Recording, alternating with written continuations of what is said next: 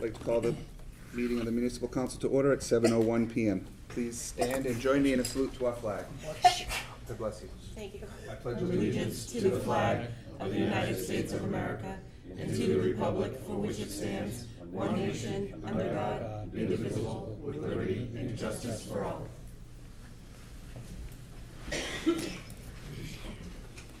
Thank you. At this time, I'd entertain a motion to suspend the rules. Second? Thank you. Motion's in order. Any questions or comments? The reason for suspending the rules this evening is twofold. One is so that we're going to do things a little out of order this evening with a recess in the middle so that we can do any council business that needs to get done from the committee level, and then we'll come back. That's one reason. The second reason is we have a presentation here tonight that we look forward to every year. I won't disclose why we have the props out yet, but at the time we'll call them before us. Any questions or comments? Seeing none, all in favor? Aye. Thank you. Motion passes. We are operating under suspended rules. At this time, Mr. Withers, would you kindly read the notice of the first public hearing? I certainly will. The first public hearing is relative to the application for a Class II auto license from New England Cars, Inc., 923 Washington Street, Attleboro, Mass., for 7 customer parking spaces and 33 display spaces. Great, thank you. Is there anyone here to speak in favor of this application?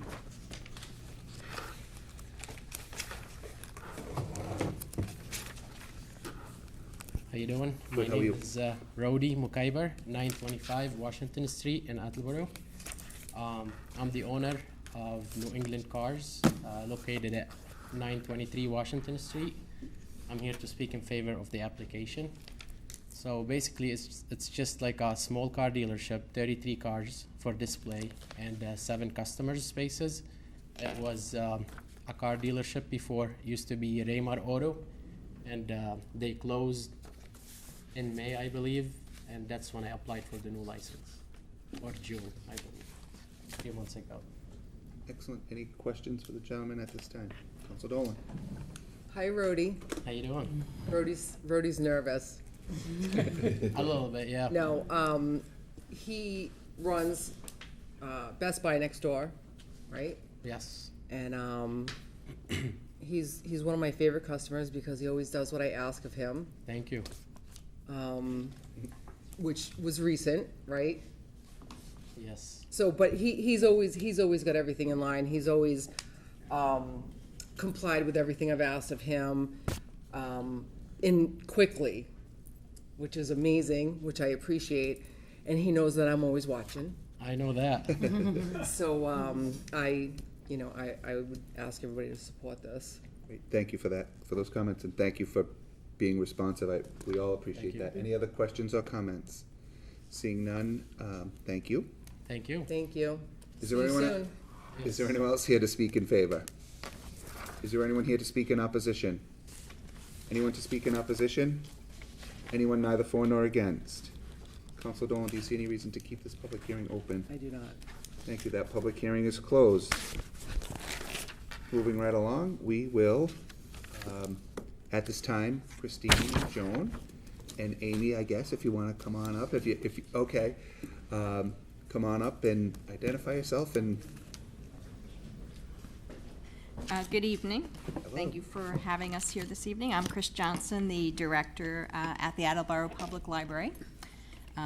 This is one of our most exciting times of the year, and we hope that you share our joy in our public announcement of this year's NEA Big Read title.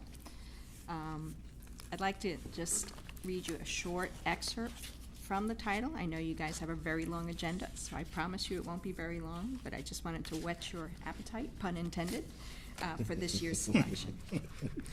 So, the whale ship Essex left Nantucket on August 12, 1819, and met its tragic end on November 20th, 1820. Whatever prompted the encounter, the whale was clearly not prepared for something as solid and heavy as a whale ship, which at 238 tons weighed approximately 3 times more than it did. The Essex might have been an old, work-worn whale ship, but she had been built to take her share of abuse. She was constructed almost entirely of white oak, one of the toughest and strongest of woods.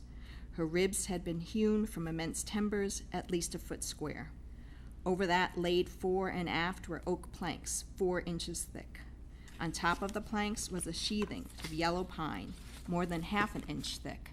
Extending down from the waterline, the point of impact, according to Nickerson, who was one of the crewmen, was a layer of copper. The bull had slammed into a solid wooden wall. What had begun as an experimental, perhaps unintentional jab with its head soon escalated into an all-out attack. Chase estimated that the whale was traveling at 6 knots when it struck the Essex the second time, and that the ship was traveling at 3 knots. To bring the Essex to a complete standstill, the whale, whose mass was roughly a third of the ship's, would have to be moving at more than 3 times the speed of the ship, at least 9 knots. That's a lot of math, right? One naval architect's calculations project that if the Essex had been a new ship, her oak planking would have withstood even this tremendous blow. Since the whale did punch a hole in the bow, the Essex 21-year-old planking must have been significantly weakened by rot or marine growth. And I will let you read the rest, as our own Chris Hemsworth will be distributing. I haven't gotten nutsy in my retirement, not that I would admit to, but that's why I'm dressed like this. So it's the closest I could come to a whaler. So this year's title is In the Heart of the Sea, The Tragedy of the Whale Ship Essex. It's a nonfiction account of an actual sailing that did start here in Massachusetts. As given in the title, I haven't given anything away by when I say the tragic tale. You may have seen the movie. We hope that you will read the book. We're happy again. I know the council has already approved our spending of the $15,000 grant that we received from the National Endowment of the Arts for this year's NEA Big Read grant. We've also received additional funding from local grantors, which has enabled us to provide 2 months of programs. Everything is launching on Saturday, September 7th in the Balfour River Walk Park outside of the library. One of the highlights of this year's launch is a 40-foot whale that is inflatable and folks can actually enter. So we invite community members of all ages to come to that. In the books that you just received is a postcard that highlights the art exhibit that the Attleboro Arts Museum will be hosting. It's called Enormity. It's a 3D exhibit inspired by In the Heart of the Sea, and it's been developed in partnership with students from Wheaton College. A third event I wanted you to be aware of in our first week is a one-man play performed by actor Stephen Collins on the life of Herman Melville. As you probably recognize the name, he wrote Moby Dick, and Moby Dick was also inspired by the tragedy of the Essex. Something a little bit different this year is that there's also a young readers version. So thank you to Bristol County Savings Bank. We're actually able to provide copies of the young readers version to the middle school students who will be studying it as part of their curriculum, and we'll also be able to hand out copies of the young readers version in addition, just knocked over the microphone, in addition to the regular version at our book distributions. And just a final thank you to one of our partners, the Sun Chronicle, for again printing and distributing calendars that will include the 24 or 5 events that we're going to be hosting in the months of September and October. So I invite you to enjoy this year's Big Read, and I'm happy to answer any questions that you may have about the program. Okay, thank you for coming. Any questions or comments at this time? I have one that Sure. you probably have not been asked. Okay. I grew up, my hometown is Essex, Connecticut. Yes. Is this Essex from Connecticut or Massachusetts? Do we know where the ship came from? That is a good question. I do not have the answer to that, but I will certainly, as a librarian, research that, and I will provide you with that information. You. You don't know off the top of your head, John, do you? Well, when you read the book, the ship comes from Nantucket, and it's about the Nantucket But where was it whale. built, though? Well, where was it built? Yeah, that I don't. Just curious. Yeah, that I don't. That's a fair question, as a fellow nutmegger. Yes, I shall investigate that. thank you. Thank you. Thank you very much. Thank you so much. Thank you. Gonna take our whale with us. Oh, yeah. No, Charlie's whale. Do you have a name? Great. You're really getting into it early. My grandson, you might be born. Yeah, that's what I said. There'd be a lot more at Charlie's than. At this time, I'd entertain motion to recess. Second? And we're going to enter committee meetings, and first on the list tonight, Council Conti, and then Cobus, and then we'll start back with Councilor Jackson. Councilor Jackson did tell us she'll be a few minutes late. So, any other questions? Seeing none, all in favor? Aye. Thank you. We are recessed, 7:11.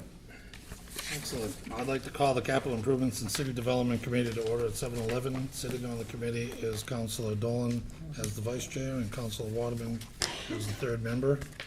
Tonight, I've asked Jack Jacoby to appear in front of the committee to give us an update on the library from the Building Commission. So Jack, the floor is yours. Hi, Jack Jacoby, 15 Prince Street, Chairman of the Municipal Building Commission. We, as you know, we're quite surprised at the cost of fixing the library building. I reviewed the estimates again this morning. It was somewhere around $6.3 million. We realized that we had an insufficient budget to accomplish that. We only had $125,000, and we had spent a portion of that getting to the point of understanding what was wrong with the building, principally the building envelope, that is the roof, the windows, the bricks, all are in need of work. And in addition to that, the HVAC system is, well, the air conditioning part's gone and the heat's about to go. It was a compromise that was ordered by a previous mayor, back several mayors, who put a limit on how much could be spent on the building, which meant that the HVAC system that was installed was obsolete the day it was installed, and it's unfixable at this point.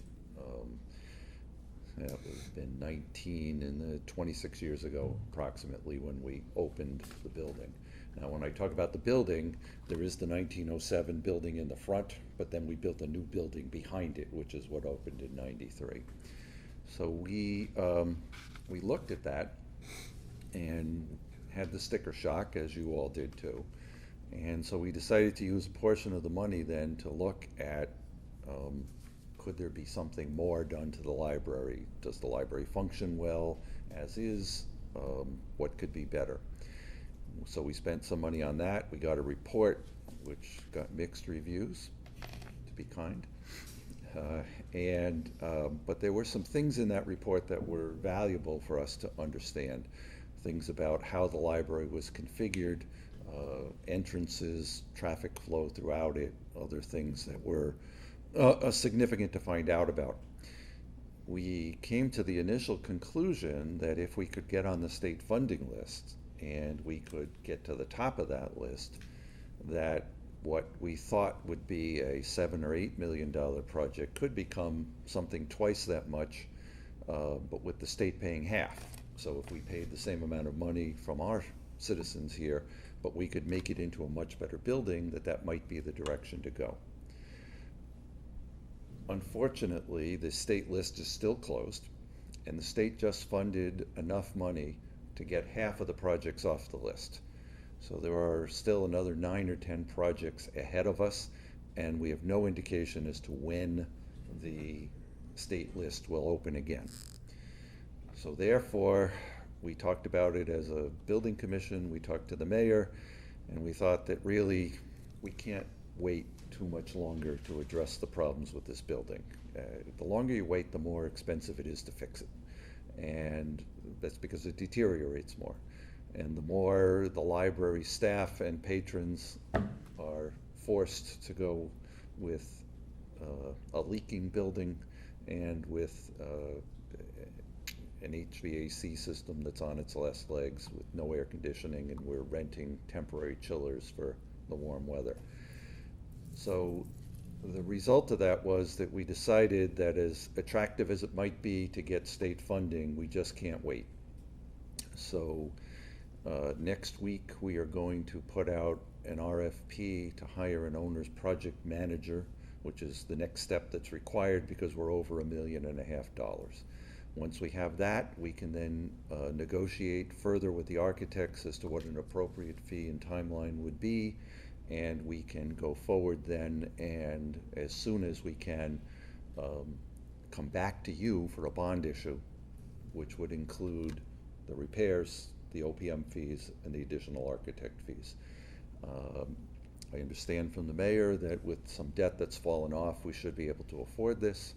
It's not my position to say, it's yours, but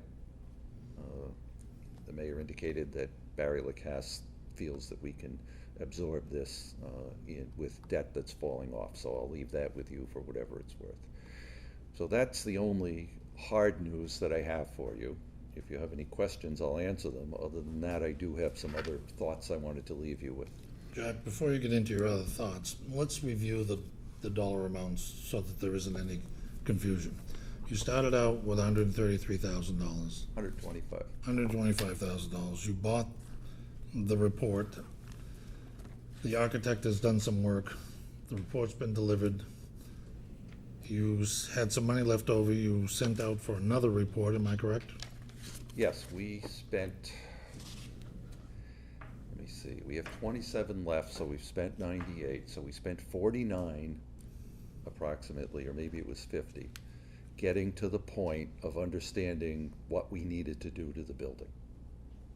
And then we spent the balance up to 98 on studying library functions and what the library could be, where its deficits are, which in particular are, that the fourth floor is not used basically at all except for staff, that the staff's in the wrong place, that the children's room really needs a major upgrade.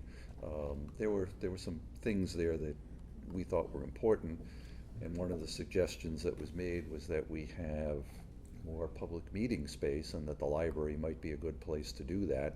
As you know, our public meeting space here is very limited. And so, but I asked Christine, who's still here, if the library was open more hours because there were public meetings there, could you absorb it in your budget? And she gave me a negative answer. And that didn't surprise me. This building's open every night, but the library, isn't open 24/7. So, so we have $27,000 left.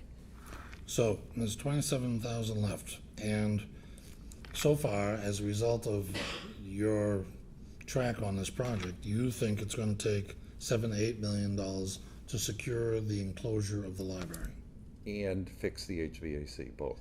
and fix the HVAC. So after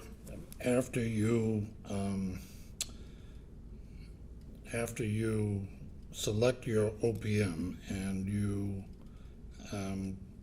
get ready, you're going to go out for requests for quotes, then you're going to come to us for a bond for the repairs, the OPM, and the architect. That is correct.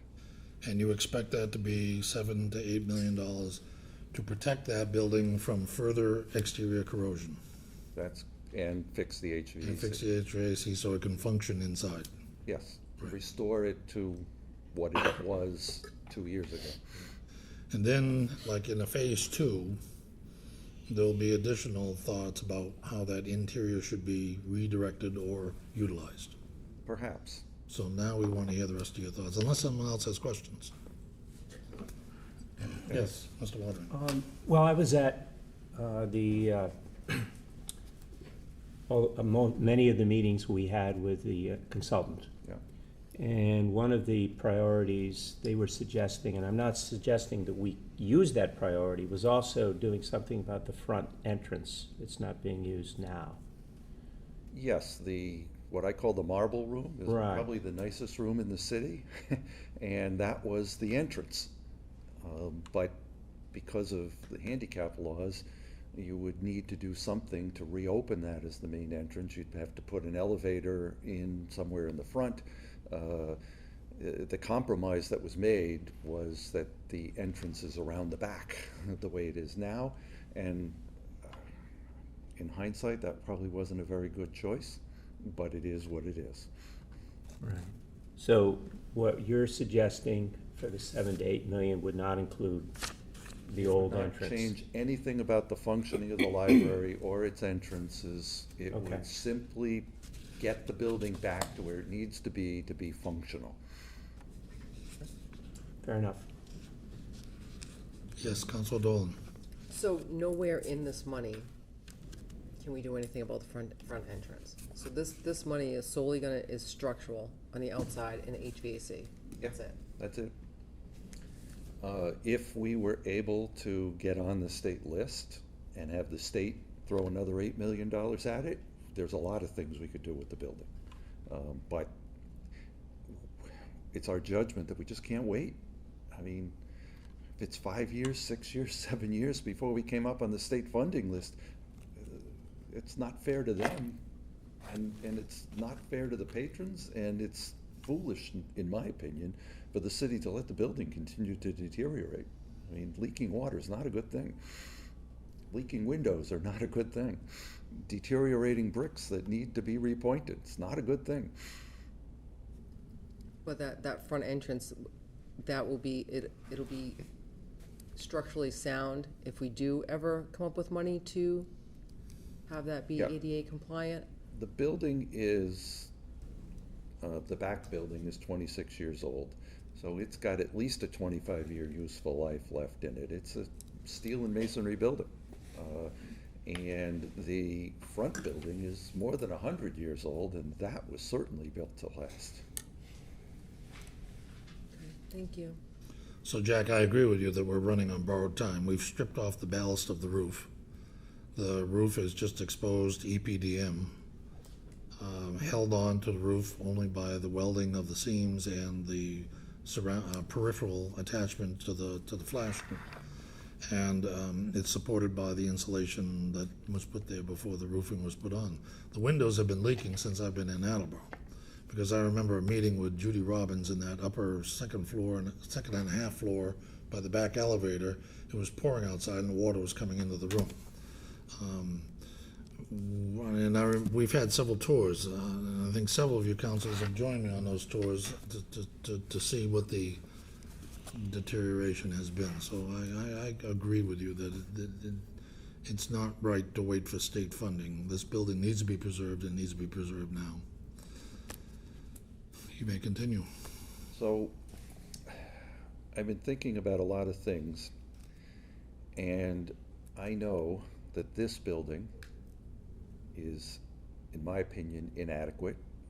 Meeting space is one of them, but if you've been in Virginia's office, or Barry's office, or Gary's office, or any of I could name every office around here, we're bursting at the seams. And I also know that one of the priorities, at least the mayor has told me that he intends to, after free cash is certified, to send down a request for some money to do a feasibility study for a public safety building. The police station was abandoned by the Elks in something like 1983, and the fire station was built in the 1890s, and we need a public safety building. How we're going to pay for it's another question. I understand all that, but again, we need that, and so he is going to send down to you and ask for the building commission to do a feasibility study, and where would we locate such a building, and how much would it cost, and what kind of features would it have, and then we'd have to figure out when we could afford to build it. So knowing that, and knowing that this building is bursting at the seams, and knowing that there was a tremendous outpouring from the library trustees saying that they really would prefer a different building, one that had parking and one that could be built from the get-go as a library with the proper things in it, the children's room, the supervision, and not being up on the 4th floor and all those things. And knowing that the Council on Aging has some issues, I came up with some ideas. I ran them by the mayor, I ran them by the building commission, and I want to tell you that everything I'm going to say now is nobody's official policy. It has not been discussed with the library, except for telling Christine tonight. It has not been discussed with library trustees, with the police chief, with the fire chief, with the fire commissioners, the police commissioners, the Council on Aging, nobody. This is just me saying I have some ideas that I'd like to start a discussion. And I thought this committee was the proper place to do it, and obviously your committee has a big role to play in that. And so here's what I've been thinking about. I've been thinking that what we ought to do is that we ought to design a new combined library and Council on Aging building. I understand Groton, Connecticut has just done that, and it's been successful. And that we ought to find an appropriate place to put it somewhere downtown so that it's still available to all the people who would be downtown. Get ourselves on the state funding list when it opens up, and try to use whatever political muscle we have to get near the top of the list. And if we build a new library and Council on Aging, then we could sell off the current Council on Aging, and maybe somebody would buy that in the Briggs Hotel and put them together in a nice apartment complex or downtown. We would then, once the library moved out of the current library, we would turn that into a new city hall, and we would move ourselves from here over to there. This building is about 20,000 square feet. That building is about 37,000 square feet. I think we could use the room, and I think it's the right place for public meeting spaces because we're used to having it open and having a custodian and having it available. And it would allow us perhaps to reuse that marble room in a much better way. I don't know whether that's your new council chambers or not, but it's a thought I had.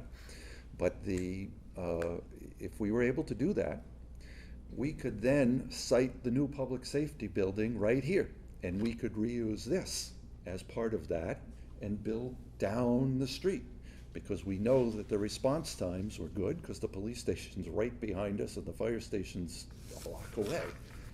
So I just thought that it would be an interesting thing for us to do, would be to start a discussion about a 10-year plan. Maybe it's 15, I don't know, but a 10-year plan, and maybe it's a $75 million plan when we're done, I don't know.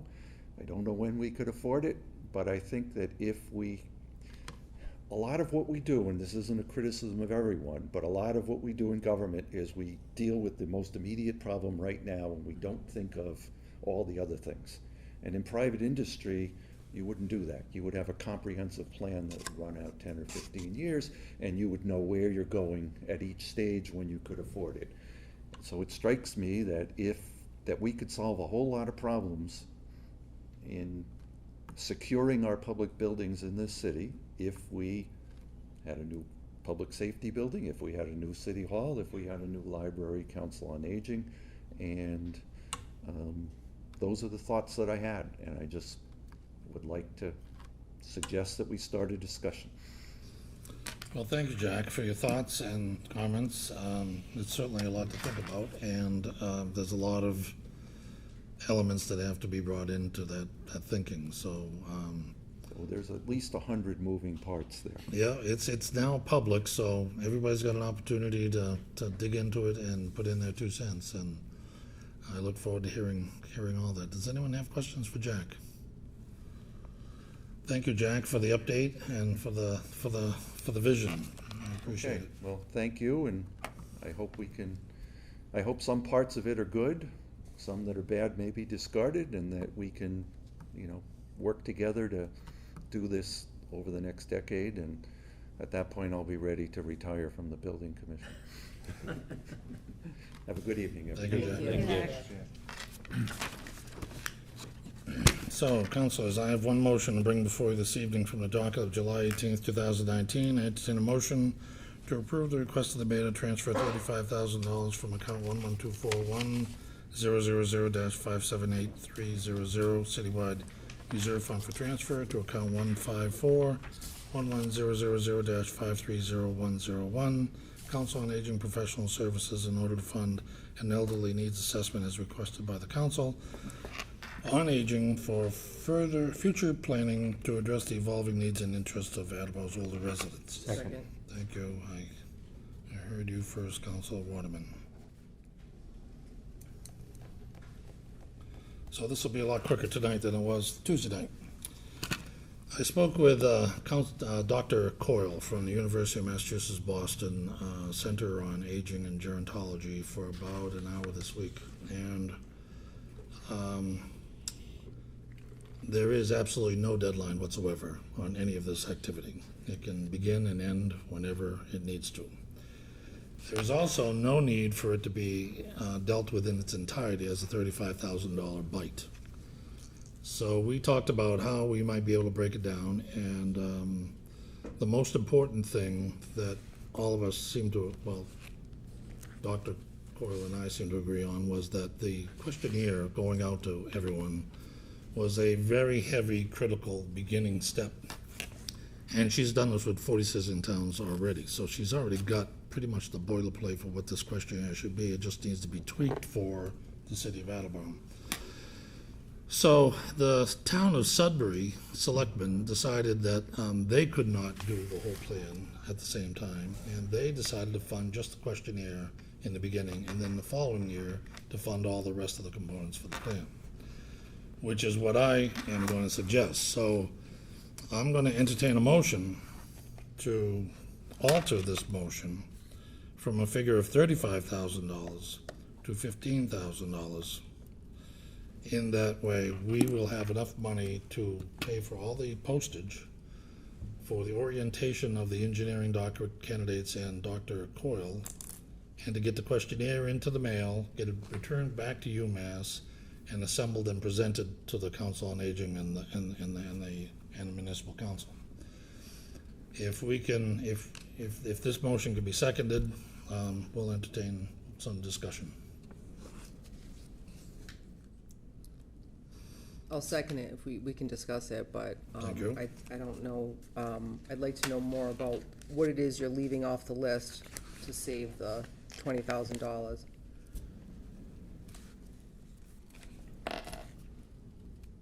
So we're gonna, so basically it would be $15,000 for a questionnaire. Right, so now the motion, we'll have to vote on this motion first before we can vote on the main motion.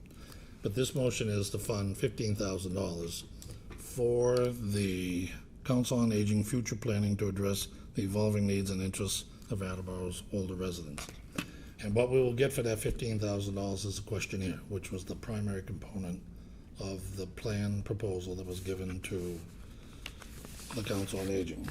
What would be funded in subsequent years would be the 3 focus groups, the profile, the usage trends of the senior center, and the 1-hour interviews with city officials, and the peer review, community review. So what we would have is, we would have the results from the, she said it was 40 questionnaire, an 8-page long survey. I asked if we could include that in the mailing to the real estate tax bills, but quickly realized that that would only include the opinions of people who owned real estate, and that's not right. We really want a total population survey. So we have to use their database, not our database. We have to use their mailing services because the mail returns back to UMass Boston. So it has to be their envelopes, their return envelopes, their postage, their expense. And she felt that for $15,000 she could get that done. Yeah, I don't think I'll support that. I don't think for I think the other components that we're lacking are too important. I mean, questionnaires, a lot of people don't fill out questionnaires. Okay. So I feel like what we're lacking in what we would be losing is too important of a component for this. I understand, and I won't support the $35,000 because I believe there's a higher need for the air conditioning unit and to repair the pointing bricks in the building. So that brings us to you, Councilor Waterman. I will not support the 15,000. Okay, very good, then that's dead. Well, you gotta vote it first. All in favor of the motion to amend for $15,000, say aye. Aye.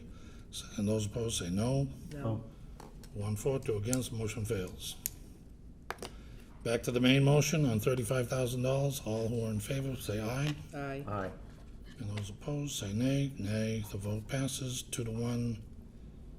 And that completes the business I have to bring before the council this evening. I'll send a motion to adjourn at 7:36. Motion needs a second to adjourn. Oh, excuse me, second. Thank you. Motion's in order. All in favor? Aye. Aye. Aye. That completes the business of the Capital Improvement City Development Committee this evening. Thank you for your participation. Traffic and transportation is canceled for this evening. I'll next. I call the zoning and land use committee to order at 7:36. On my committee is myself, Counselor Holmes, Counselor Delicio. We have one order of business tonight from the docket of July 18th, 2019. I entertain a motion to adopt the following resolution. A resolution of the Attleboro Municipal Council to suggest the administration conduct a retrospective analysis of a gas leak on Torrey Street. Second. So this is a, motion's in order. This is a continuation of the discussion we had a few weeks ago, talking about the gas leak that was on Torrey Street. And tonight we had planned to have 3 individuals in. It was going to be the mayor, Columbia Gas, and the water superintendent. So we'll start off with the water superintendent. Courtney?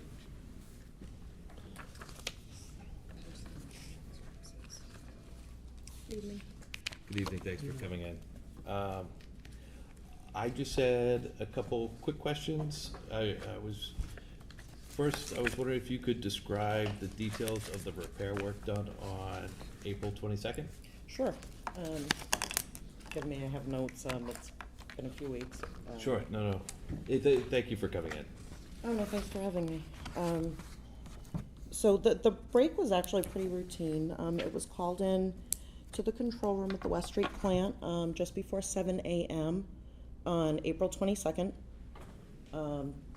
And normal protocol, the operator taking the call alerted the acting general foreman at the time, who was actually already on site to be able to punch in for his shift. The crew went out to the site, they confirmed the break, and they contacted DigSafe with an estimated dig time of, I'm sorry, I'm in military time, 9 a.m.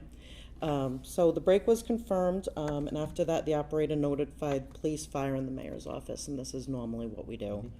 The assistant superintendent updated all the other departments.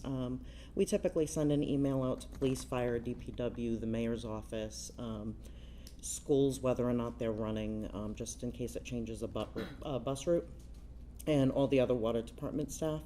And we also post it to the website for the notification. So the site was cleared for excavation. It was either marked or marked as clear, and the water was turned off at 8:54 a.m. to begin the repair. The crew members did report when excavating. The machine operator bumped an unmarked service. It was suspected gas. It was usual protocol at the time for Columbia Gas to not mark inactive or abandoned services. The crew continued work. They kept all excavation away from the unmarked service and hand dug as needed, treating it as if it was live. Again, Columbia Gas at the time wasn't notified as per their regular protocol. The services, these types of services are not marked. The main was repaired by 2 in the afternoon, and the water was turned back on and the road was open. Excellent. Couple questions. So you had mentioned that a unmarked utility was bumped. Was that, and you said that, confirmed that wasn't marked by DigSafe, correct? Right. Right. When it was bumped, do you know roughly how deep it was? that they No, I hit do it? not. Gas services are typically a couple feet, but it's, Like 2 or 3 feet? yeah. Okay. And This then- one, I'm not sure exactly Sure, how deep, no. but typical. And then how deep was the water? Water is main? typically 5. 5, okay. So they dug by hand for 2 or 3 feet to get to the water main? They do, yep. Okay. And when it was bumped, the mayor had just mentioned on the radio the other day that somebody reported that it smelled like gas in the hole, and that the foreman through his experience, decided that it wasn't at a high enough concentration to call Columbia Gas? Well, yes and no. My crew definitely reports, and I've talked to other crews in the city. And these crews that excavate, it's really common that they'll cut the pavement, and as soon as they lift off that asphalt, very, very common for them to get a smell of gas. Okay. Nobody reported to me that it was anything concerning or out of the ordinary. Do you know how was the foreman working in the backhoe? The foreman was the excavator on this. Okay. And how did they evaluate whether or not it was a high enough concentration, or what did they do to sort of determine that? We actually don't do gas testing. Unfortunately, we're not qualified to do it. It was described to me as, it's one of those whiffs that was typical of lifting off pavement. Okay. I had 4 of the 5 actually reported to me that, yes, there was a smell, but it's nothing that they don't smell all the time. The 5th actually didn't remember the break at all when I sat to talk to him about it. So all of them, when I sat with them, reported to me that it was an unremarkable break. Okay. And did the foreman get out of the backhoe to smell, or when he was told that there was a... That I'm not sure. Okay. And then what type of repair was it on the line? On the water line? So how is the repair done on the water line? Was there any cutting or something, anything that could have resulted in sparks, or what was the repair done on that line? They can always, when you're digging, there can always be something that causes sparks, Okay. just because of, the metal across the pavement, or, this particular repair, I'm not sure off the top of my head, whether or not they had to cut the pipe, or sometimes they do what's called a wraparound, which is basically just a Band-Aid that they bolt Okay. around the pipe. All right. What other questions? I only had a couple questions.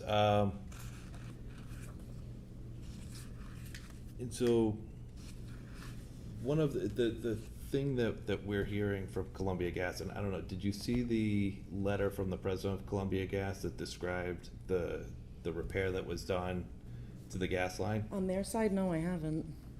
Okay, I can share that with you, but what they indicated that they did to repair the gas line was to cut off a service line stub. So they cut that off and terminated that, and that's how they conducted the repair. So my assumption is the utility that was hit was probably a service line stub that was going to the house, what's that house, 6 Torrey Street?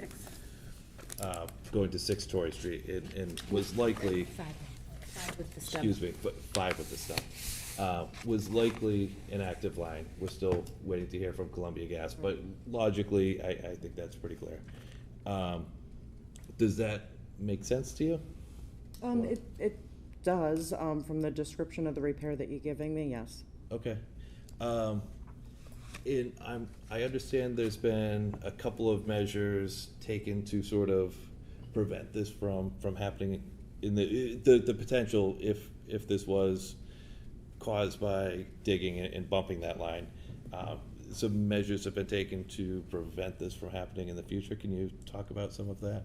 Yeah, the procedure that we were following, or the crew was following, at the time was if they uncovered something like this, again, especially gas, they abandon it and they just don't mark it anymore.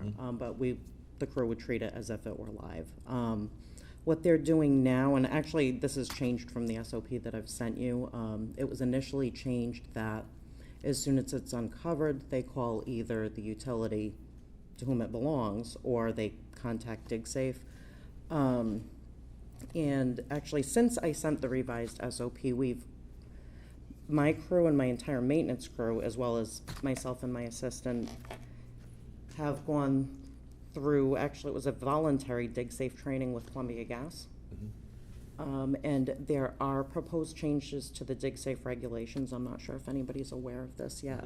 They were proposed in July, and one of the items that they're proposing, and it should stay in there, and my crew is now going to be following it, is to dial 911 when we expose an unmarked or even a marked line if it's accidentally hit.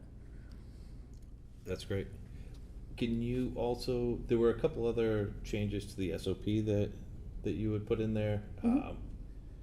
I think the big one was calling 911 if any kind of an unmarked utility is exposed. But just, can you also talk about the other items?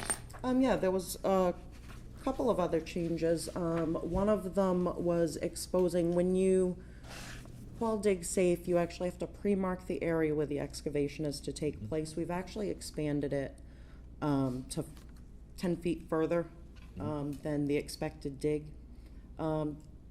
Just in case, you know, the excavation, say the crew runs into something unexpected, the leak isn't where they expected, they run into another break right next to it.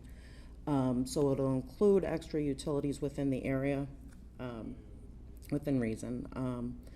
Once everything is marked from all the other utilities, they're taking pictures of the site, taking pictures of the marking, they're using references, they might use a house or a pole or something, so that they can compare it to once they excavate, and they take pictures again to compare the markings to what's actually underground and to confirm that everything's there and that they found everything.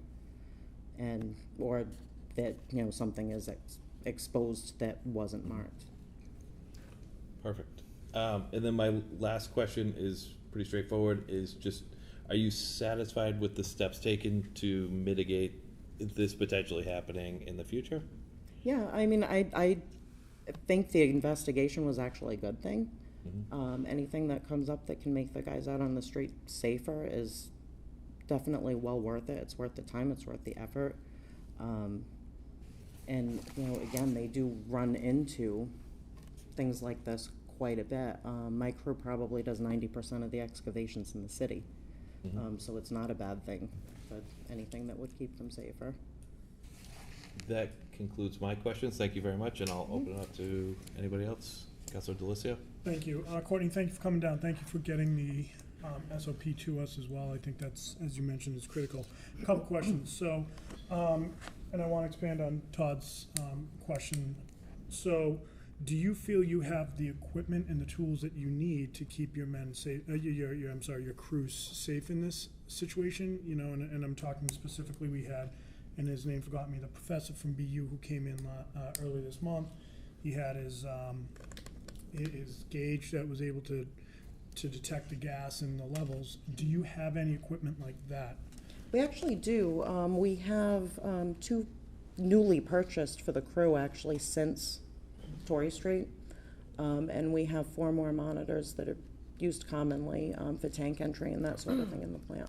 So so the only monitors you had were after Torrey Street, or you got the 2 new ones after? The 2 new ones were after. Okay, and did they use the monitors during this? They are now. Okay, but during this, okay.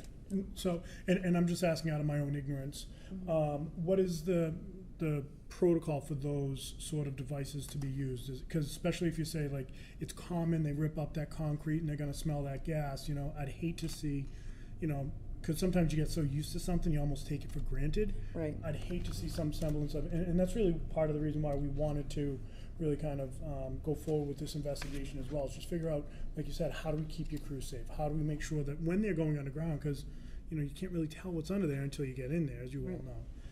Especially if, you know, they're digging by hand for 3-4 feet, you know, sparks could happen if the leak was worse than we thought it would have, could have been disastrous. So if you could just walk through what the protocol is for using those sorts of monitors in those situations. Sure. This actually gets into somewhat trench entry, more confined space entry. A trench isn't necessarily a confined space, which is what these monitors are used for. The entire crew, actually a good amount of operations and all of maintenance have already been trained for confined space entry. We have trained the entire staff Actually, there's a couple that were off shift or vacation that we weren't able to train yet. On-site training. They actually teach you how to use these monitors, and basically, you would go, it depends on the monitor. A couple of them actually have a pump and like a piece of tubing that you can lower Yeah, into a trench or a confined space to test the air, and then there's others that you would actually have to hang down on like a rope or that sort of thing.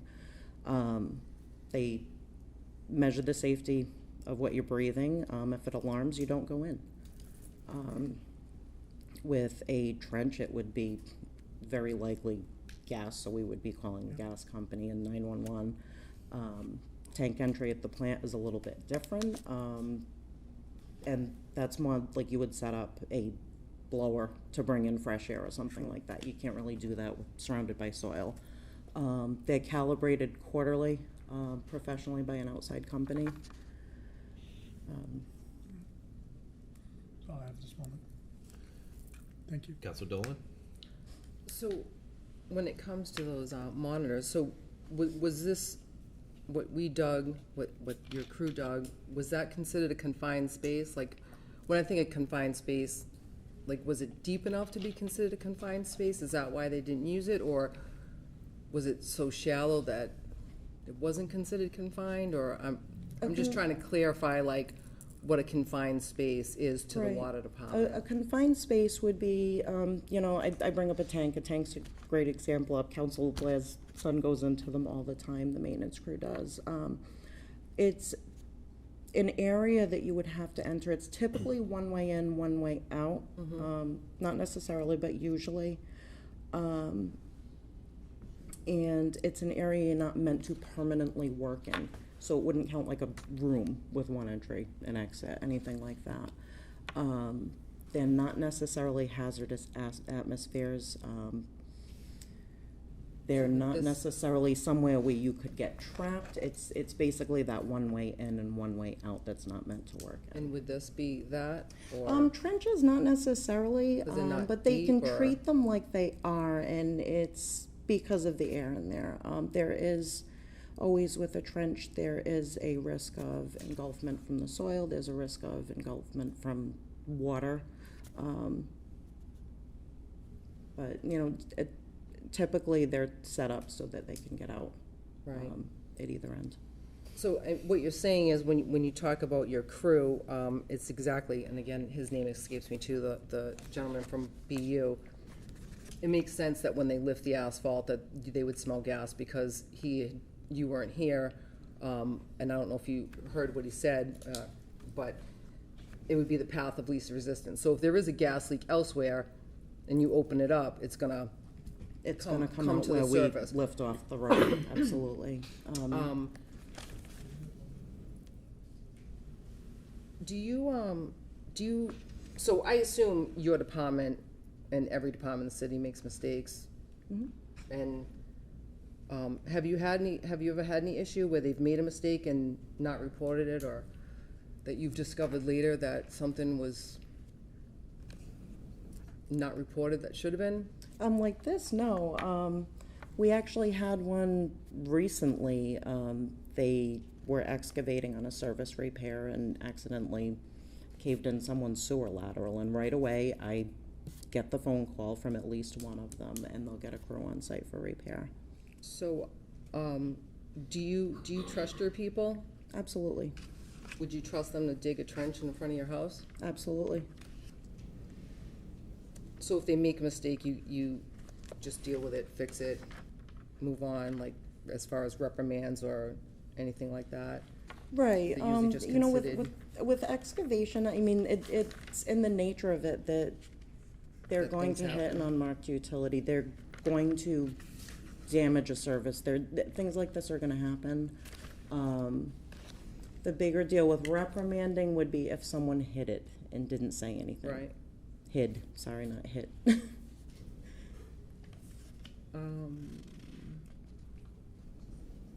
I think that's all I have, thank you. Thank you for coming in, Courtney. So I think, correct me if I'm wrong, the initial report that you had submitted saying that there was nothing unusual, and then we've corrected that and said that that the crews out there did bump this Right. line. So we do acknowledge that there was a bumping of something Yes. out there, okay. I'm glad you brought up the hoisting, because I did a little bit of research with regards to hoisting, and at first I was like, I'm thinking tall things as opposed to digging out. So how many of your employees have hoisting licenses Oh, on the crew or overall? overall?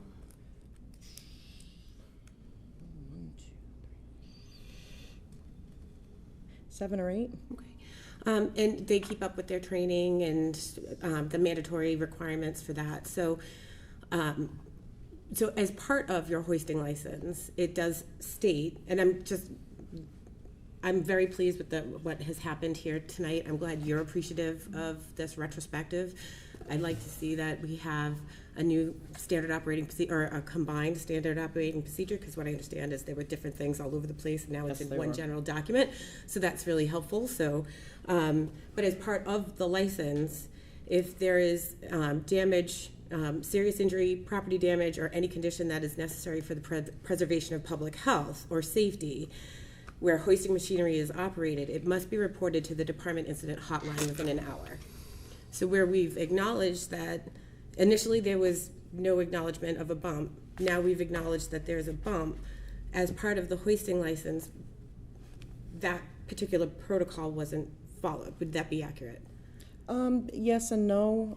A bump doesn't necessarily mean damage, and that's up to the experience of the crew on site. Okay. So there was a presence, it was, as it was explained and as I've read in different things, there was a presence of gas, and the reactions through different parts of the crew had it at varying levels. There was whiffs, there was other things.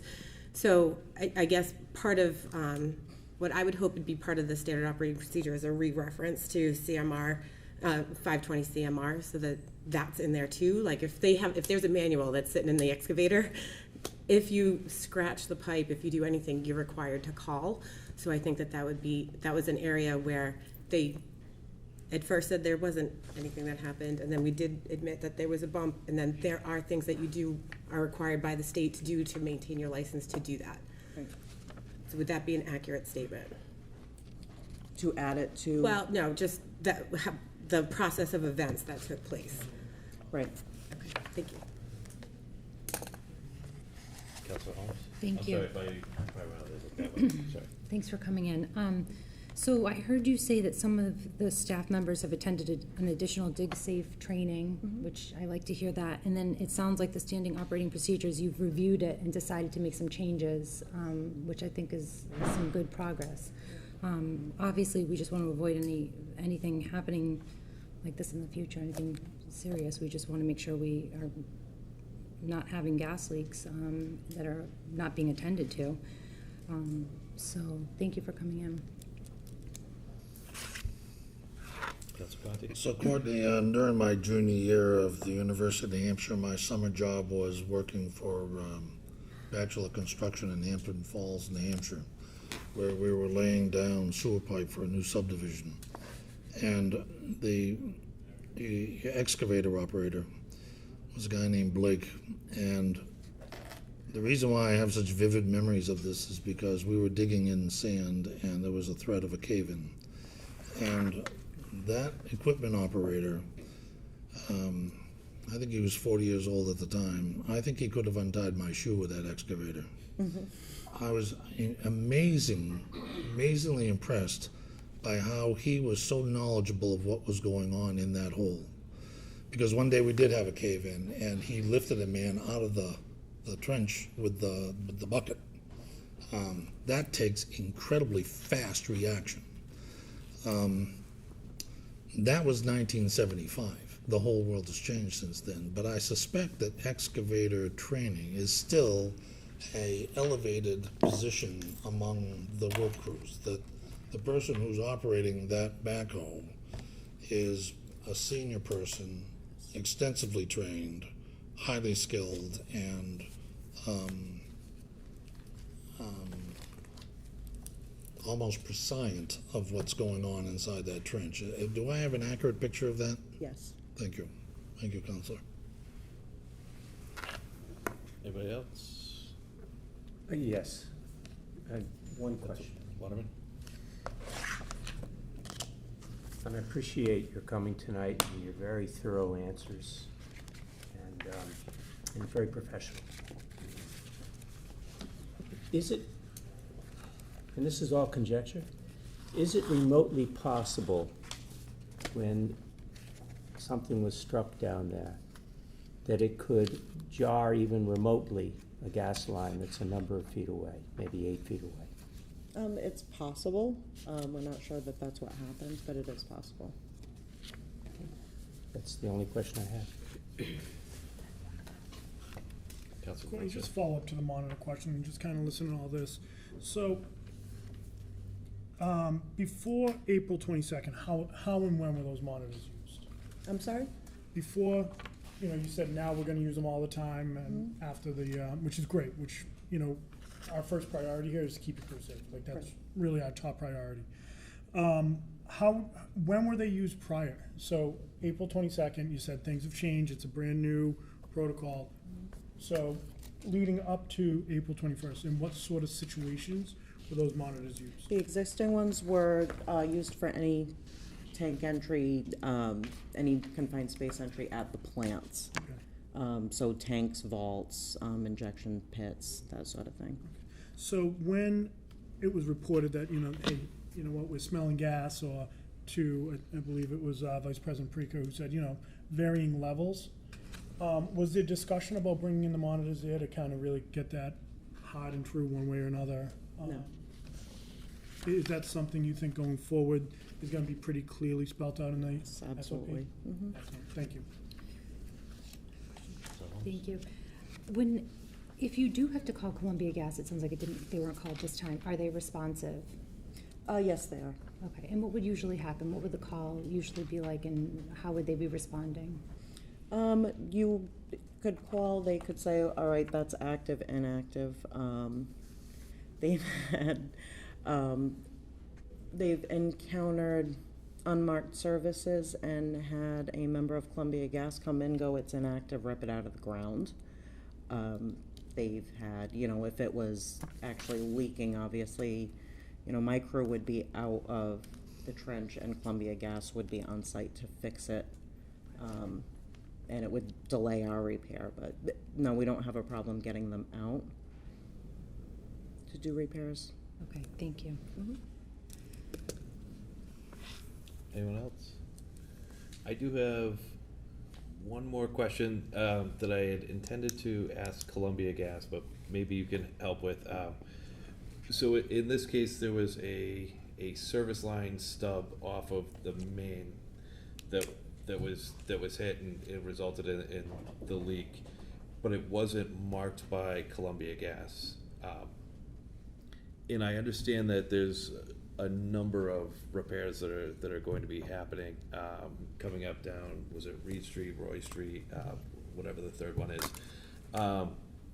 How prevalent are these sort of service line stubs? So I wasn't familiar with that, and my question for Columbia Gas was, how prevalent are these, and do you have a systematic issue with failing to mark these service line stub lines?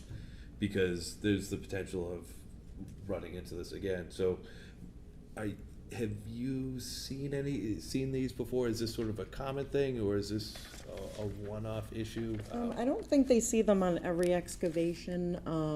You know, between my crew and talking to other crews, it's not uncommon that they run into this, especially with the gas. And again, it's their protocol not to mark them. The new. Well, the stub is different. That's an active line that is terminated, not an abandoned line or something. Oh, if they find something live and not marked? Right. It's not that common, no. Okay.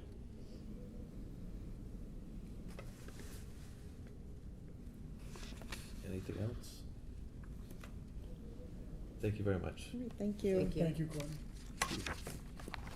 Gordon.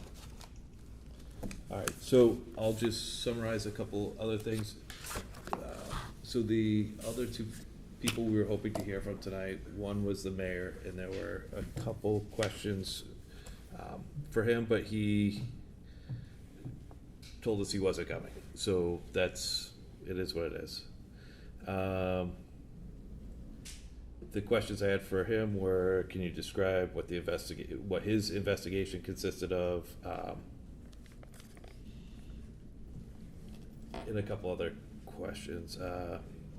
It mainly wondering if he was satisfied that the steps taken since this investigation had successfully mitigated the risk to not just the employees but also the residents. The other person who was hoping to have in today was a representative for Columbia Gas, and I've been talking back and forth with them, had a number of questions for them. Everything has to go through their legal department now. After what happened in Merrimack Valley, they're very cautious about what they say, what they put in writing.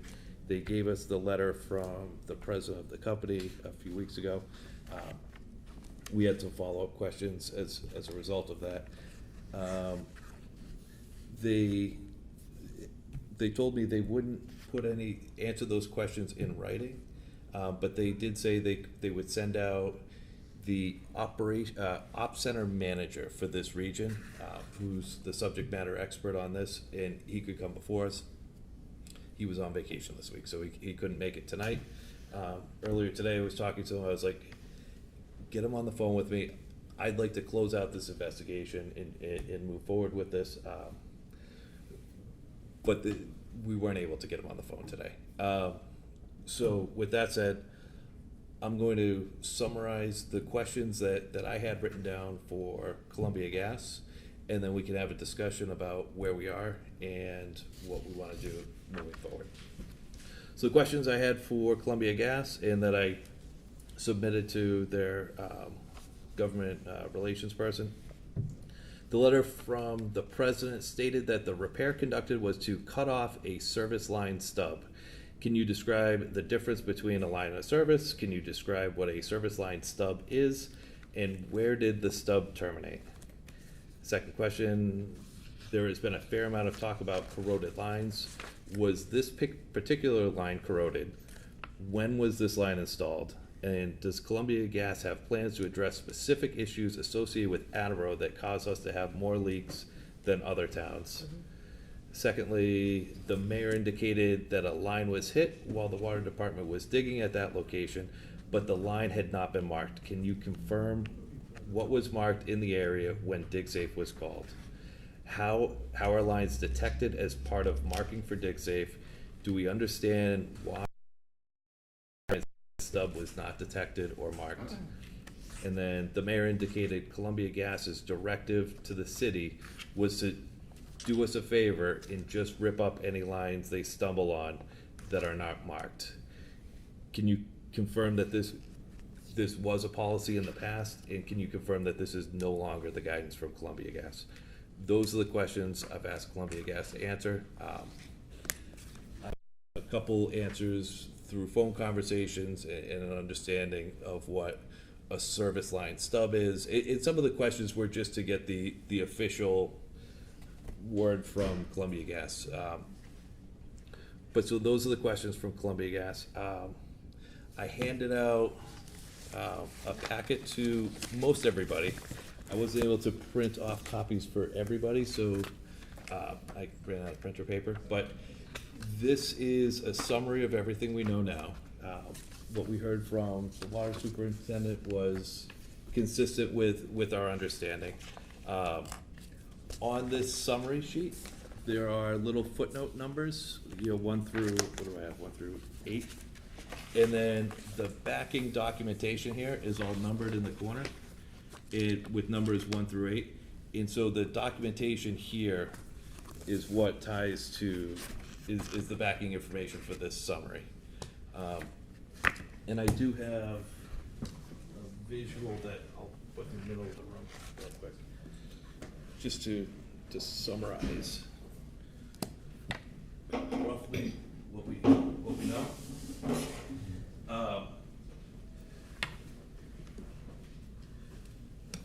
So that's the gas main going down the middle.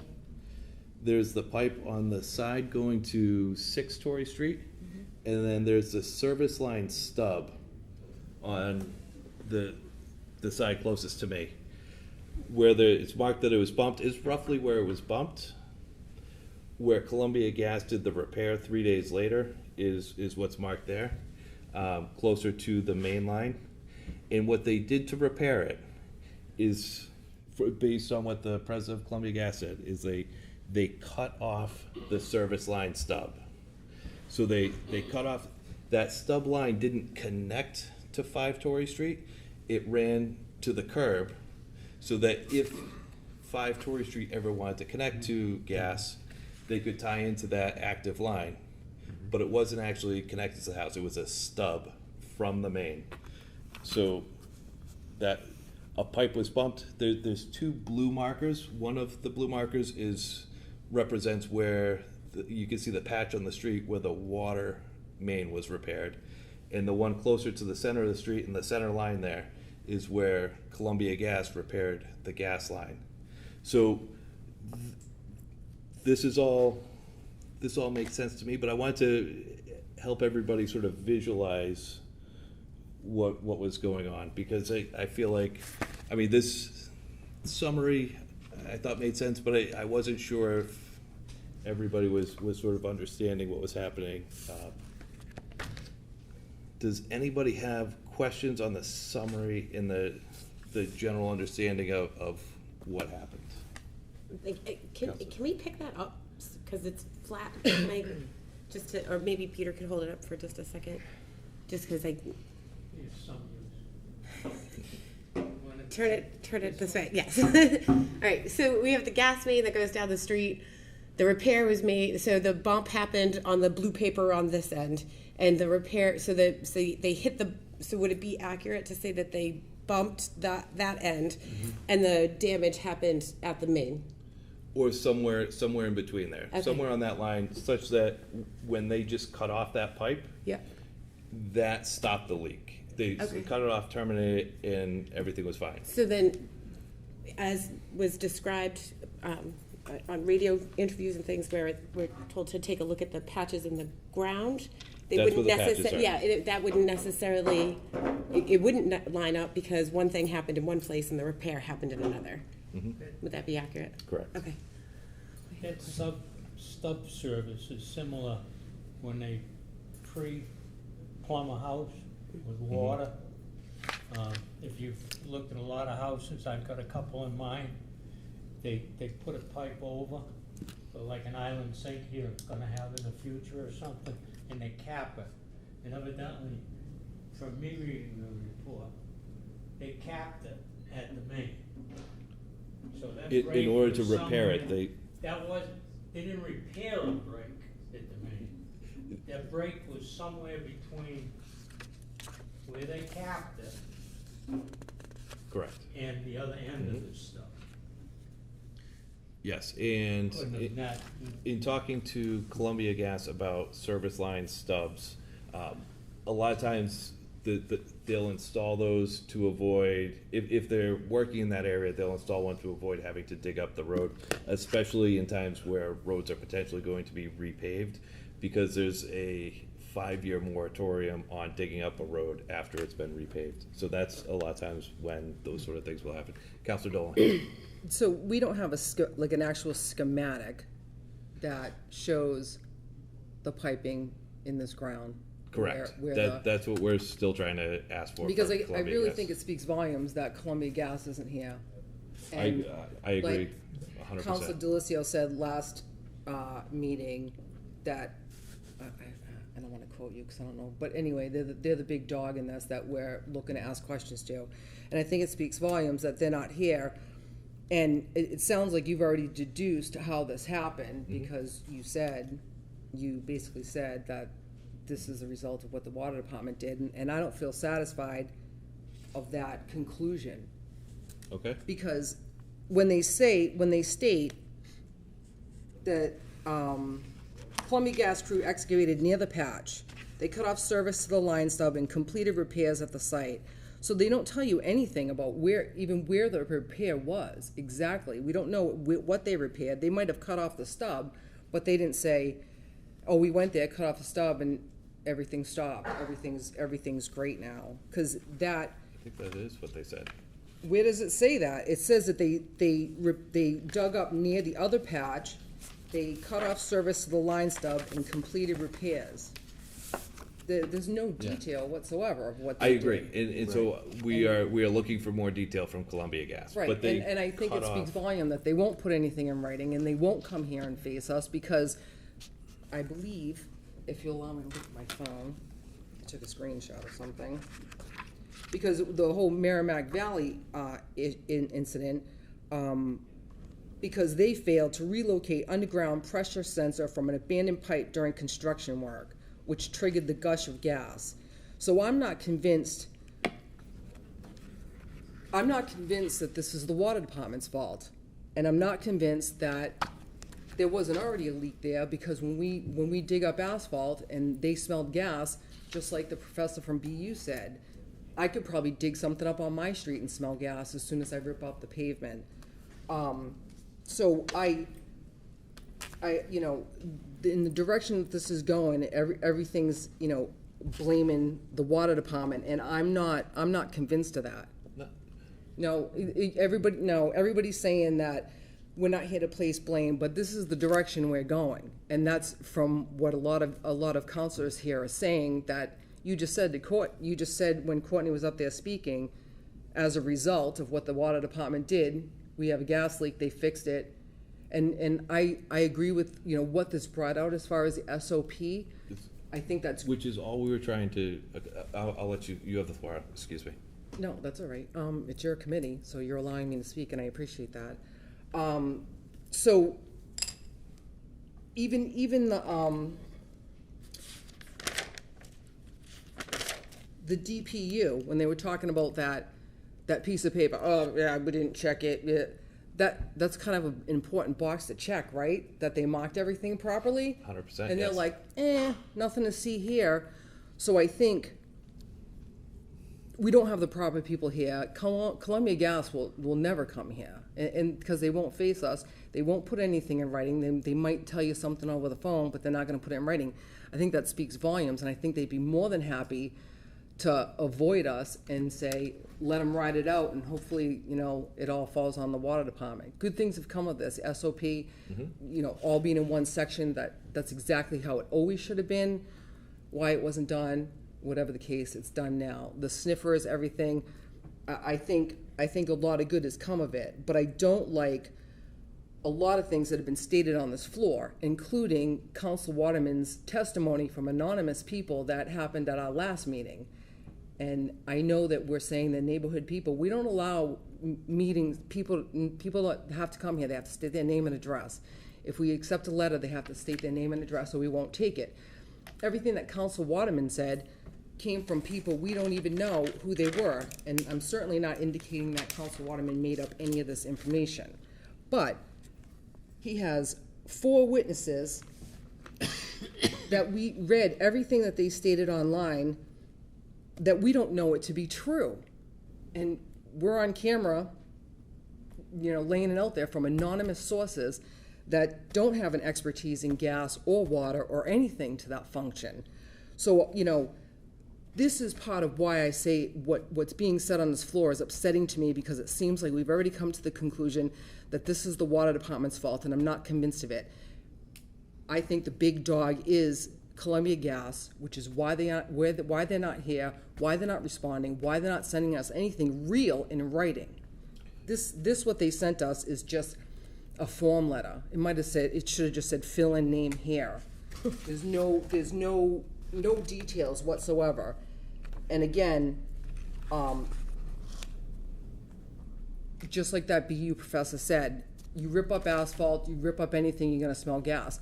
Mm-hmm. They're very well in that patch next to. We don't even know for sure that these pipes are connected. Nobody has a schematic, which I tried to get, of the pipes that are underneath this ground. We don't even know if they were connected. So they could have bumped something inactive, but just releasing that gas, if there was a leak here, and it's not connected to here, what the water department did, or the stump, or whatever the case may be, that gas is gonna flow as soon as we open it up. Maybe that's what caused Columbia Gas to find it.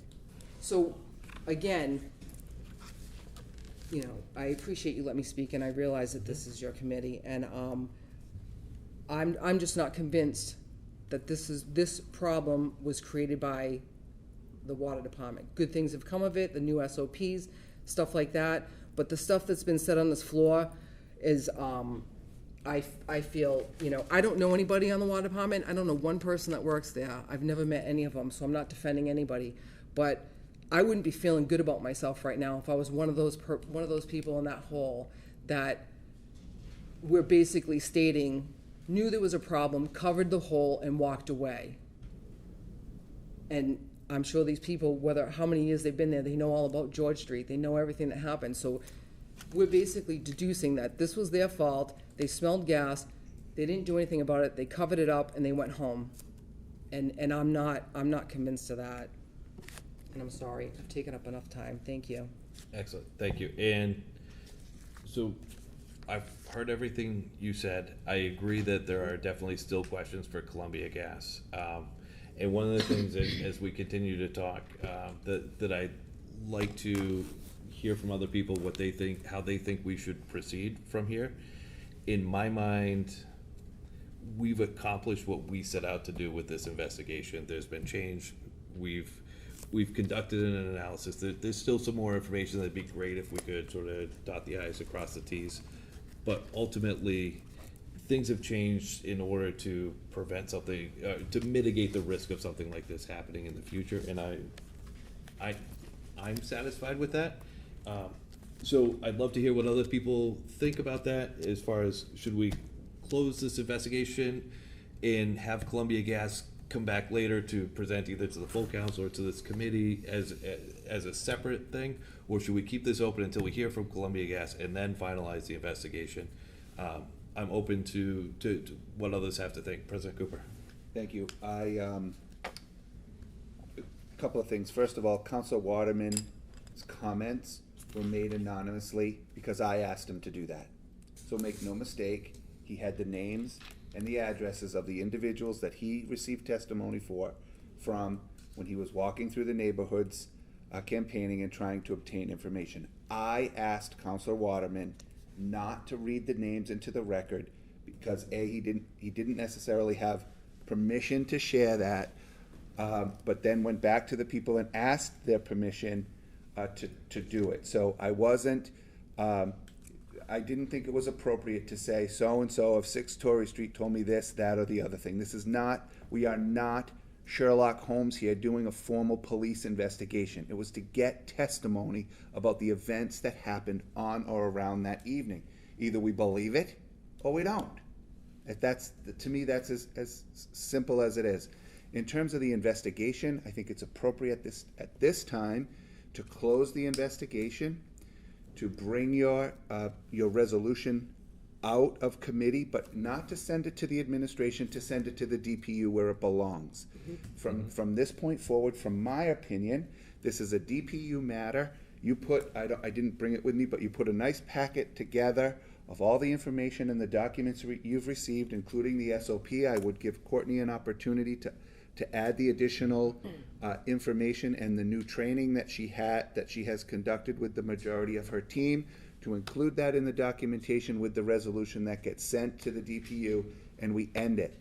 And let the DPU look at all of your findings, the committee's findings and this council's findings, and make a determination and figure out next steps from the DPU with Columbia Gas, because they're the ones that have the jurisdiction over Columbia Gas. Let them fight the battle. We're not going to win that battle to get them to come stand before us, especially given what's gone on lately with them. So I think that they would come, it isn't going to happen. I'm with Councilor Dolan on that, but I think we end it, we send the resolution, we send all the documentation, and we move on. Thank you. That concludes my comments. I just think we have to. From my perspective, we should end it, send it, and move on. President Cooper, would you be comfortable if we closed the investigation, but I continue to ask Columbia Gas to come before us, because they said they would come before us. He just wasn't, the individual just wasn't available. Just to hear from them if they're willing to show up. I would say you can do what you want, it's your committee. Okay. But I don't know that it provides any value once we've sent it to DPU, and I'd rather, Let we've DPU deal been with it. asking them since since July 18th to come before us, and they gave us the fill in the name letter, and, you know, let's send it to DPU and move on. It's public that we've asked them several times to come before us, and they haven't. End of story. Okay. And in my opinion. You know, happy to hear from others, but that's my opinion. I'm comfortable with that. Councilor DeLisio. Thank you. So I agree with President Cooper. I think it's time to close this. I think you've done a very nice job getting the information, getting everything. This has never been about blame. This has been about finding out what happened and preventing it. I've been sitting in. I haven't heard anyone say this is the water department's fault. I think the fact that Columbia Gas hasn't been as forthcoming as we need them to, as they've been a little bit keeping it at arm's length. I agree with President Cooper.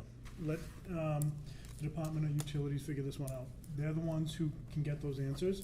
I think we should ask DPU to ensure that they keep us in the loop of their findings, what they find. I think the fact that Courtney came down and she's implemented some of the things that we've asked her to implement, and pretty much on a dime, is something that can't be overlooked. I think what we have to do is ensure, because we've talked about this, the infrastructure of the city is aging. If this is something that the crews are going to be walking into every single time they rip off a layer of concrete or asphalt, what happens next time when there is something there that's worse than this? Whether they bump it, whether it's a leak, whether it's anything. Courtney herself said that sparks happen. You know, you're digging. Could be the metal shovel hitting the metal pipe. Could be rock, the shovel hitting the rock. I don't want to see a situation where something ignites, whether it's by something that representative of the city did, or a utility company did, or something. We've got to figure out, how do we ensure, and that's our job. We always talk about protect those who protect us. DPW, water, wastewater protect us in ways different than what our first responders do. But I think that this has been something that has brought in, to use Council Conti's phrase, some fresh air and sunlight. You know, I don't think any of us really were familiar with hoisting or excavating, you know, outside of what we've done in the past, or if something's being done outside of our house. I think now we've set a precedent that, you know what, we're gonna ask the right questions, and this isn't about blame. It's never been about blame. It's about finding out what happened, how do we prevent it, how do we keep the city safe? Not just our workers, but the residents. So I think that already we've seen fruits of this labor, and we've seen what happened when we work together with our department heads. So I think I'm very comfortable closing this. And I think, you know, I think we should be closing it, but still, whether it's through you, this committee, or whether it's through DPU, we still need to get those answers from Columbia Gas. They owe us that much. Councilor Holmes is the other person on the committee, and, go this way, but. Thank you. Yes, it was disappointing to see that we're 7th on the list for grade 1 and 2 natural gas leaks by the city, and I would like to know how they're addressing that. So I think we should continue on that. The letter, as Councilor Dolan just mentioned, is very generic. You know, visit our website for FAQs. Okay, like, this is not what I was hoping for from them. I'm disappointed. That concludes my comments. Thank you. The letter was definitely handcrafted. The beginning, the header and footer may have been sort of boilerplate, but the bulk of that letter was very much crafted for us, and not necessarily by the president of the company, but it was definitely an original letter and crafted for us, and talked about the specific repair that was done on Torrey Street. Councilor Blair? The only thing I gotta say on behalf of public safety for our residents, we've gotta make sure that who's ever digging water, sewer, DPW, that they follow strict protocol. And for their safety as well as the safety of the public. I mean, that could have been a very dangerous situation. You're not gonna get too many answers out of Columbia Gas. I mean, they've paid enough suits off in the last year or whatever, that they're not gonna give you anything legal. It's definite there was a leak. And I did no investigation myself. But when you cap a pipe, whether it be water or gas, and the leak goes away, it's pretty self-evident that the leak was beyond the cap. So I think protocol is what we gotta look for and make sure all our departments follow it to the letter. Too dangerous for residents, our guys in the hole. And, you know, I served on the DPW and Public Works Committee, and my goal was always the safety of the men. Give them the equipment to operate right and their safety. And I think, Todd, it's your investigation or the investigation, which I haven't been a part of, is going a long way to secure proper operating procedure. And I think it should be strictly followed. Everybody's safe. Thank you. Council Conti? So I was one of the advocates for opening the investigation because. And I opposed it, but. And you opposed it, right. And I have only sat in one other investigation on the council. And that was under the ARA led by then Councilor George Rose. You've accomplished what I had hoped would be accomplished by the municipal council. Your work in this interrogation has been exemplary. I think you've done a wonderful job. And I think you've done an investigation for this council that is appropriate, that has very positive results. I do believe that as an elected official under the charter and in Massachusetts general law, that you have the personal right to subpoena information from other individuals for this council. And the way a subpoena works is that it's a formal letter delivered by a sheriff, and there's a deadline where they have to respond, and if they don't, then there's legal consequences. I don't think in this case that we need to go that far with Columbia Gas. And I agree with Councilor Cooper that this council has come through this investigation in a very positive light. There's been some very positive accomplishments. And that it's time to close it. That we missed a big one, I think, in this case. And that's why I wanted there to be an investigation, because George Street was terrible. And I think that concludes my comments. Good job. Very much. Thank you. You're welcome. Councilor Waterman. Well, I'm still not gonna mention names here.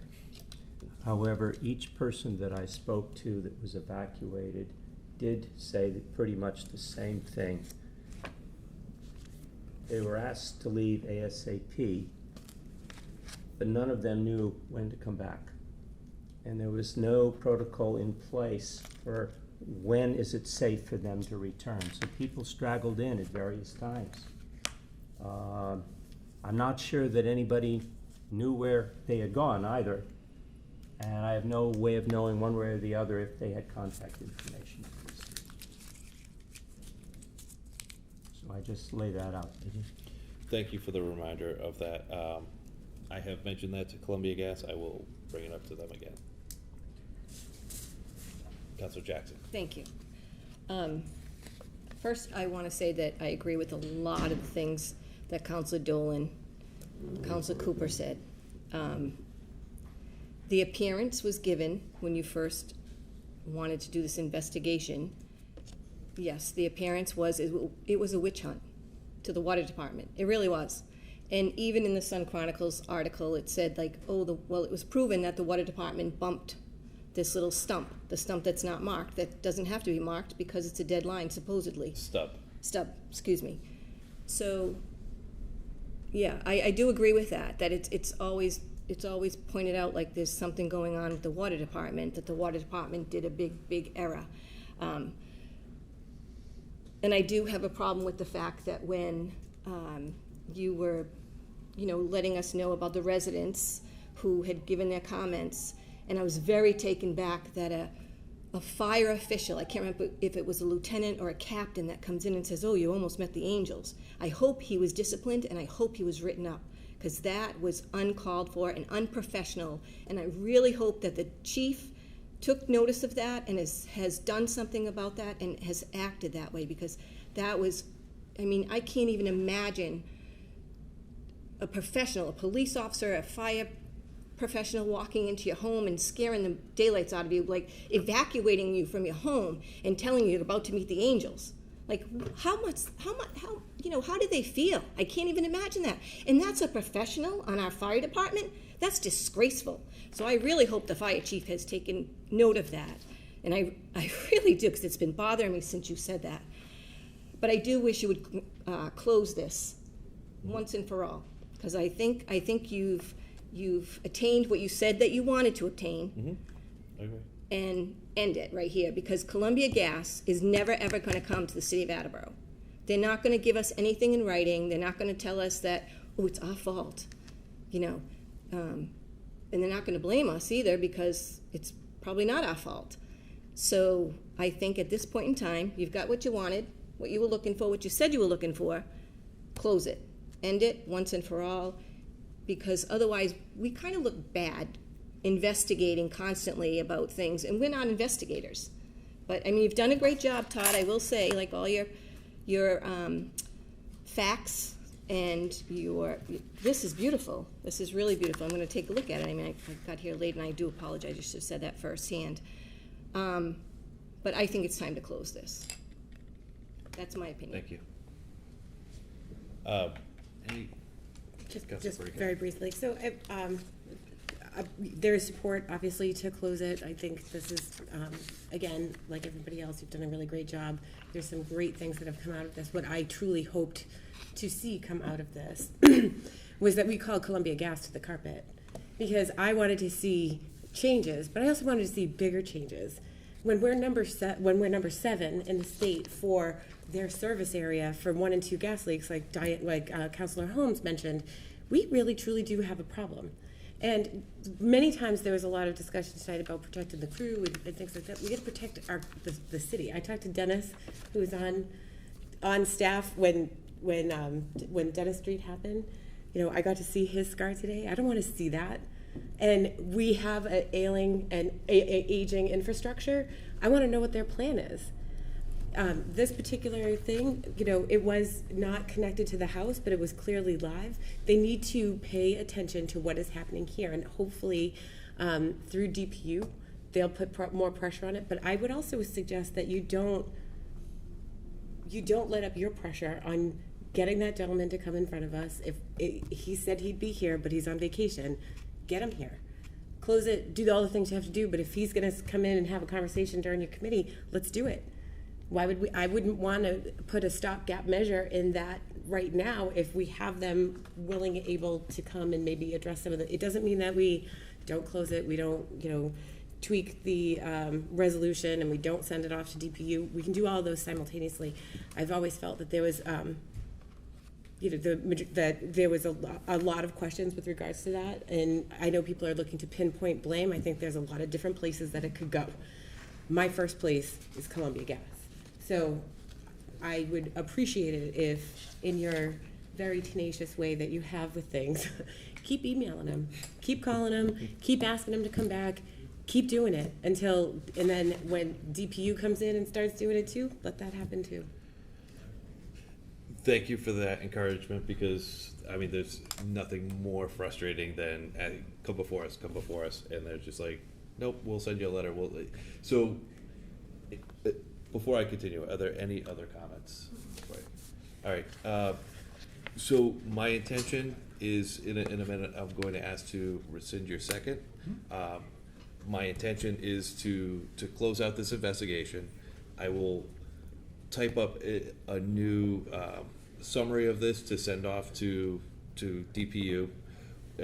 We'll vote on committee, and then before the full council next month when we meet again. So I'll type all of this up.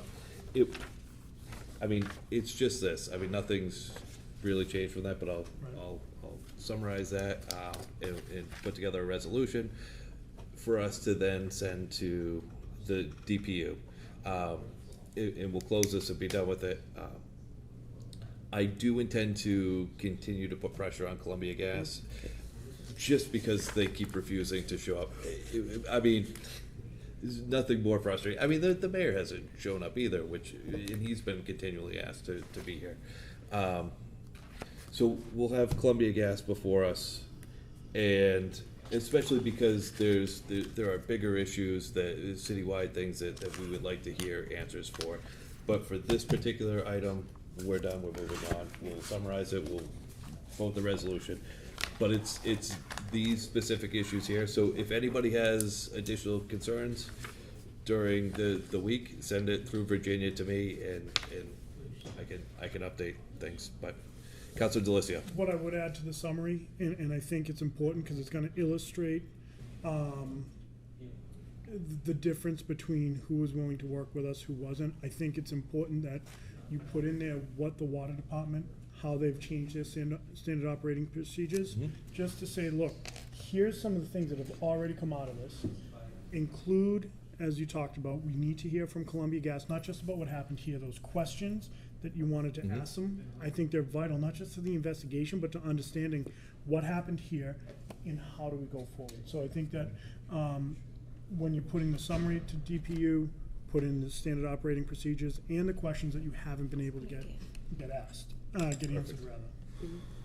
This way here, they're knowing that, you know, these are basic questions. These are questions that we're entitled to getting these answers to, and they're not giving us those answers. So, any other comments before we rescind the second? Would you mind? Rescind. All right, that concludes the business for the Zoning and Land Use Committee. Move to adjourn. Second. Zoning and Land Use is adjourned at 8:42. All there. All in favor? What? It hasn't adjourned yet. You can call for the vote. All in favor? All in favor? All in favor? All in favor? Aye. No, I was going to mention that we're not going to vote out the zoning thing was already voted out. But we're holding on to that before the full council until Sarah's back. Well, at this point, I'll call Budget and Appropriations Order at 8:43. I have a few real basic motions tonight. All of these are essentially bills, invoices that have come in after the start of the fiscal year. And just given our schedule, our meeting schedule, that's why they're coming to us now. First, from the docket of August 22nd, 2019, I entertain a motion to approve the request of the mayor to authorize the Parks and Forestry Department to pay 8 previous year bills totaling $629.54 to WB Mason. No transfer is needed as there is sufficient funding in 2067. Second. Thanks, Todd. Again, this is just for them to pay the bills. We're not asking for any kind of an appropriation. It's just so they can pay the bills that they already have in their fund. All those in favor? Aye. Motion passes. Thank you. From the docket of August 22nd, 2019, I entertain a motion to approve the request of the mayor to authorize the payment of a fiscal 19 invoice for the solid waste department. The invoice is $1,002 higher than the purchase order. There's no need for, there's no transfer of funds needed to pay this bill, as there is sufficient funding in 2604. Second. You, basically same as above. Let me just do some real quick.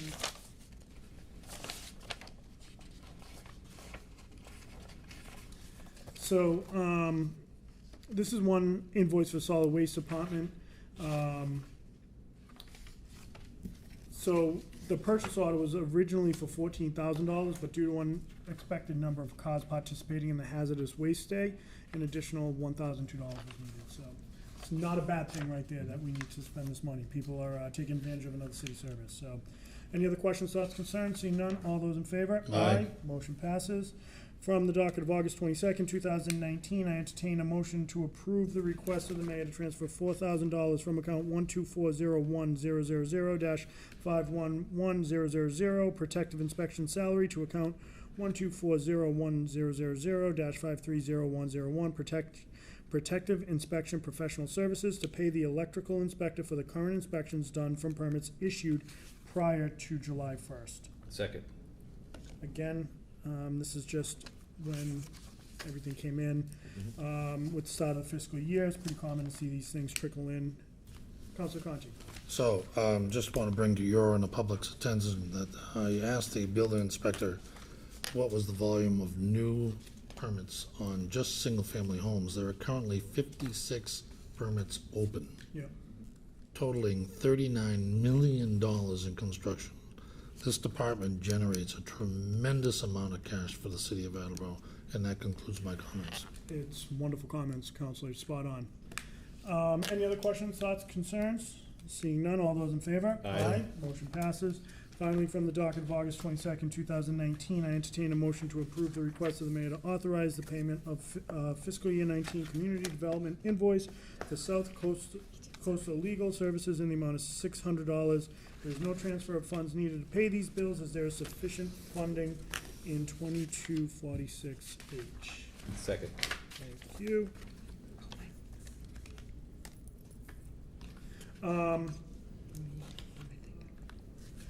So South Coast Legal Services is a social service agency funded by the city's CDBG program. So please note the CDBG office paid invoice number 8 on time, but accidentally cited the incorrect line in the invoice for payment. 900 was to be paid, rather 300 was paid, so this is just to fix a human error. Any other questions, thoughts, concerns? Seeing none, all those in favor? Aye. Aye. Motion passes. I will call for an adjournment at 8:47. Second. All those in favor? Aye. We adjourned at 8:47. I'd like to call the Public Works Committee to order at 8:47. I have a couple of motions this evening that were brought to us Tuesday evening. So from the docket of August 22nd, 2019, I entertain a motion to approve the request of the mayor to transfer $15,500. That's quite all right. From account 1124100-578300, Citywide Reserve Fund for transfer to account 1420100-530101, Public Works Professional Services, to pay for the state mandated inspections to be done at Farmers Pond Dam, Simmons Pond Dam, and Mechanics Dam. Second. Thank you. So, the Department of Public Works is responsible for just those 3 dams. The Water Department is responsible for other dams, and the Wastewater Department is responsible for the other dams. They did not get their quote in time for fiscal year 19, they did not get their quote before the end of the year of fiscal year 19. So they just got the quotes in, and that's why he's asking for this transfer. And they're mandated inspections, so we do have to approve this. Any questions, comments? All those in favor? Aye. Opposed? Motion carries. Thank you. From the docket of August 22nd, 2019, I entertain a motion to approve the request of the mayor to transfer $27,394 from account 1124-1000-578300, Citywide Reserve Fund for transfer to account 1420100-538053, Public Works trench repairs to make repairs to roadways and sidewalks due to water breaks and other needed patchwork. Second. Thank you. I'm sure all of us have noticed there are many, many trench repairs that need to be done around the city. The list is like, I don't even know how many's on the list. There's a lot of repairs that need to be done after our winter and our spring, and that's what this is basically for. Any comments, questions? All those in favor? Aye. Opposed? Thank you. Motion carries. From the docket of August 22nd, 2019, I entertain a motion to approve the request of the mayor to transfer $31,000 from account 1124100-578300, Citywide Reserve Fund for transfer to account 1420100-584-201, Public Works Dam Rehabilitation. Now that the Farmers Pond Dam repair plans have been finalized, Public Works will perform all repairs except for the excavator work. Second. Thank you. So back in May, and I remember discussing this with all of you, we knew that we had approved $21,000 for that, you know, for them to come in and design and tell us what we need to do these repairs. So now we have to fix it. The Department of Public Works so far, and Farmers Pond Dam. So if, I don't know if I explained to you where it is. So if you're at the corner of North Ave, and I still can't believe that I've lived in Attleboro my whole entire life and I never played in these woods. So if you're at the end of North Ave and West Street, and there's a parking lot, and there's, I think it's called Mako that's in there, and there's a lot of cars, and I don't know if it kind of looks like a junkyard in there, but it's not. But if you go in that parking lot, and you go to the very, very end, the city owns that. And there's a fence in there, and they have, along with the forestry department, which Mike Tyler did tell me that, he said, you know, Derek Corsi's crew came in and helped them clear it, because when I had gone out there in May, excuse me, it was, you know, well overgrown. I was nervous about snakes and ticks and everything. But they've made like a road. Derek Corsi has gone in and helped. So they work together, the two departments. They made a nice little path so they can get out there and do the work. But the Department of Public Works is going to do all the work. The only thing they didn't have was an excavator that was big enough for this, because what they need is they need a big one that can go, take the arm and go like this, because they need all clean fill, and they have to keep that clean fill in the truck. They can't just put it down on the ground and dump it and leave it there and then put it into water, because that's the whole point, to keep the water clean. So they have to rent this excavator, which they do not have one that's big enough for this, and the arm just kind of moves over, goes into the truck, lifts it up, goes back down, and they'll do all the work themselves. But they need to get this done, because there is seepage there, and we all know if a dam lets go, and especially that dam, by the time, and I'm just saying, if it were to let go, by the time we left there, if we were standing there, and we got to Riverbank Road, it'd be flooded, completely underwater. It's that, you know, intense. In saying that, I also had just found out that the city of Attleboro is the only city that received a grant to repair their dam. Most cities, when they apply for grants, there's tons of money out there, but the money goes to taking the dams out, which means if you take a dam out, all those people that live over in that area, and I'm trying to remember the name of the road. Where did Virginia used to live? No, it's not. That's not Deanville. Where did Virginia used to live? Westwood Park. Yes. So that's them that abuts it. So they have waterfront property.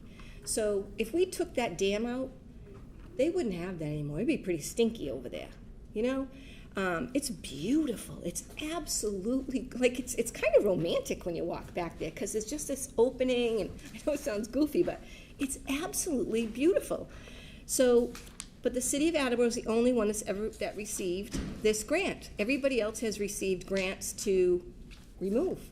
So we're pretty darn lucky, you know, that we're actually repairing it, and we're getting to keep that beautiful water area going. So when they do get to start doing all the repairs, that will be drained a bit over there, so they won't have that water there for a while. So it will be stinky for a bit, because the water will be gone for a bit while they are repairing the dam, but it'll all come back. But yeah, so I'm kind of looking forward to watching how this whole progress goes, because I've never done it, seen it before, so it's going to be very interesting. I'll keep you updated. Any comments, questions? Yes, please. Thank President you. Cooper. Thank you, Councilor Jackson. So, many years ago, when I was the chairman of, I'm so glad they're coming in the way they're coming in, Yeah. instead of at the end of Deanville Road. Yes. When I was the chairman of the Conservation Commission, Jeff LaRusso, because of some violations in the city of Attleboro at other property that they owned, did it, instead of paying the fines to DEP allowed them to do a temporary fix of that dam, and they came in from Deanville Road, and it was a mess. They brought in a huge, that's what they had to do, huge excavator, and they put in a temporary fix for the failing, I think it was either in front of or in back of sort of what was there. And you're right, it is very nice up there when there's water in it, but I think some of us, Rick, I think you got some calls that the water was very low. And the water's low to prevent a catastrophe if the existing dam were to let go. So it's all very timely, it's necessary, and I'm so happy they're coming in the way they're coming in, instead of going in again through Deanville Road, because for the people on Deanville Road, they got, you know, everything that was sort of overgrown for the access got all cut down. So I'm happy to hear that they're doing that, coming in that way, Yeah. and then it'll be fixed once and for all. That's great. Great. And it's so nice to hear like two departments working so well together, because when I was speaking with Mike Tyler the other day, he said that, he goes, you know, the forestry department, Derek Corsi's crew, he said they work so well and they did such a great job, and I'm so grateful to them, you know, and you like to hear that sort of thing, you know, from department heads. So, but any other comments, questions? All those in favor? Aye. Thank you. Opposed? That's approved, thank you. From the docket of August 22nd, 2019, I entertain a motion to approve the request from National Grid and Verizon to relocate pole 3324, Rathbun Willard Drive, 15 feet southwest of current location, and relocate pole 3323, Rathbun Willard Drive, 5 feet southeast of current location. The work is to accommodate roadway layout changes at the request of the city. Second. Thank you. So I went out to Rathbun Willow Drive yesterday, and I can tell you I haven't been out there in a while. And it's looking really good. Like, I was shocked, like, how much is going on over there at the high school. But I just wanted to see, like, you know, even though they give you the little map with our backup material, but I just wanted to see where the poles were going, and, you know, but there's so much construction in that area because it's all in the Green Drive area, so I couldn't get over there because there was a nice, what's he called? He's not a police officer yet. He's a student. Is he called a student officer or something? He hasn't been. No, he's about to be. He's a police officer, but he hasn't gone to the academy yet. So he was over there. He was very, very nice. He said, "Oh, let me escort you over there." And I'm like, "Oh no, I don't want to go any further. I don't want to get hit by anything." But so that's basically where these poles are going, over in that area. So it's further down. So if you're standing in the existing parking lot of the high school, it's kind of like directly across, and that's where they're moving them. And so, just so you know. Any questions, comments? All those in favor? Aye. Opposed? Motion passes. Thank you. I entertain a motion to approve the request from National Grid and Verizon to relocate. Request from National Grid and Verizon, relocate pole 3222. Point of order, Council Excuse Jackson. me, sorry. So, remember these, unfortunately, the way that they sent these down, these other relocations, because they're all part of one, and then there's two new poles, have to wait until after the public hearing, because of the way that they sent the communication down. Oh, I thought we were just dividing it, because I'd crossed out where it says 40 feet west, and I put a period and crossed out the rest, because I knew that the other two You could were do separate. that. That's You what I could was do that. planning on You doing. could- yeah, I crossed it out in absolutely. this, so Yeah, that's yeah. how I was gonna read it this Okay, evening. perfect. Okay, thank you. So I'm gonna do it again. I entertain a motion to approve the request from National Grid and Verizon to relocate pole 3222, Rathbun Willow Drive, 25 feet west, and relocate pole 3319, Rathbun Willow Drive, 40 feet west. Second. Thank you. Again, same comments as before. Any comments, questions? No. All those in favor? Aye. Opposed? And that, thank you very much. And I just have one comment. Wilmar Street, they started the last repave of it. So they're hoping to finish it tomorrow, weather permitting, and so far I thought it looked pretty good. And they want to have it done before the buses start rolling on the 28th. So just so everybody knows who's working in that area, and also on Slater Street, which is the Slater Street Rehoboth line, is where they've been working as well. So they're getting that final pavement in there and the lineage. And I'm not sure if they got the crosswalks in on Maple Street yet today, or if they're doing that tomorrow, but they're trying to get that, they will get that done before school starts. So I just wanted to mention that. Other than that, that concludes my committee this evening. I'd like to call for an adjournment at 8:59. Thank you. All those in favor? Aye. Opposed? We are adjourned at 8:59. Thank you. Okay, I call the Personnel and Human Services Committee to order at 8:59. From the docket of August 22nd, 2019, I entertain a motion to approve the request from Building Commissioner William McDonough regarding the need to pay for services rendered by the plumbing inspector in fiscal year 19. A vote authorizing payment is needed to satisfy this debt. There is no transfer of funds needed for this service. as there is sufficient funding in the revolving fund. Do I have a second? Second. I really I don't think I think it's self-explanatory, so I don't believe we need, do you have any questions, however? No? Okay, all those in favor? Aye. Aye, opposed? None? Vote passes. From the docket of August 22nd, 2019, I entertain a motion to approve the request of the mayor to appoint the members of the Council on Disabilities to the newly created Disability Commission, and request confirmation for the following appointments. I will, with your permission, do this as a group. Sure. I believe it fits. Mary Jane Jensen, term to expire February 2021.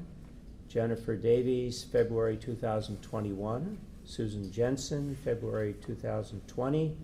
Kevin Lacoste, February 2022.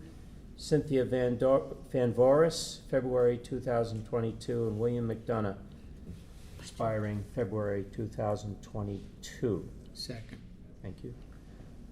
Again, this is simply switching, we've switched from the Council on Disabilities to a Disability Commission now, which we hope is a really good thing.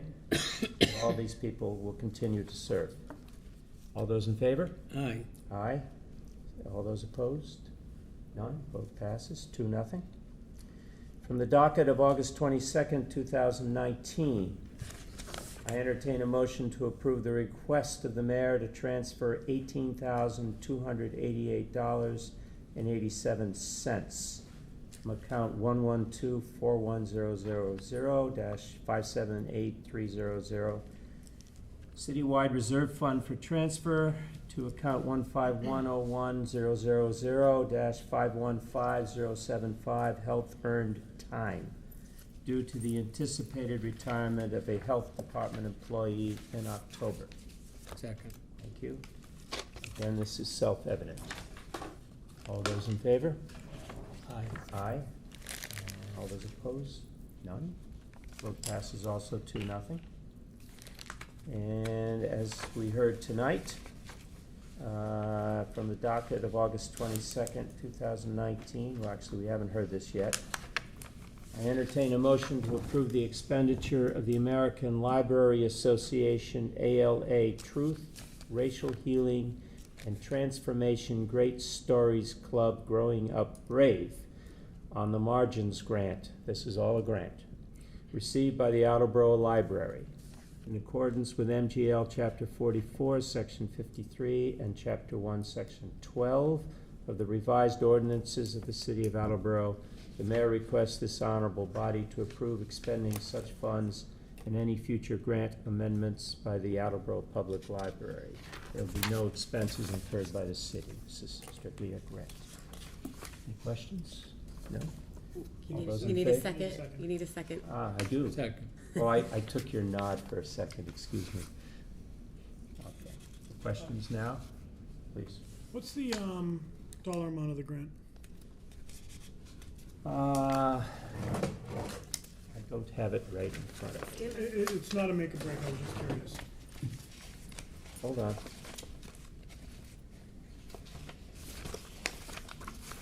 I thought I had it right here, but I do not. Not a big deal, we can, Okay? I'm sure it was just kind of a curiosity factor. Yeah, I should have had that.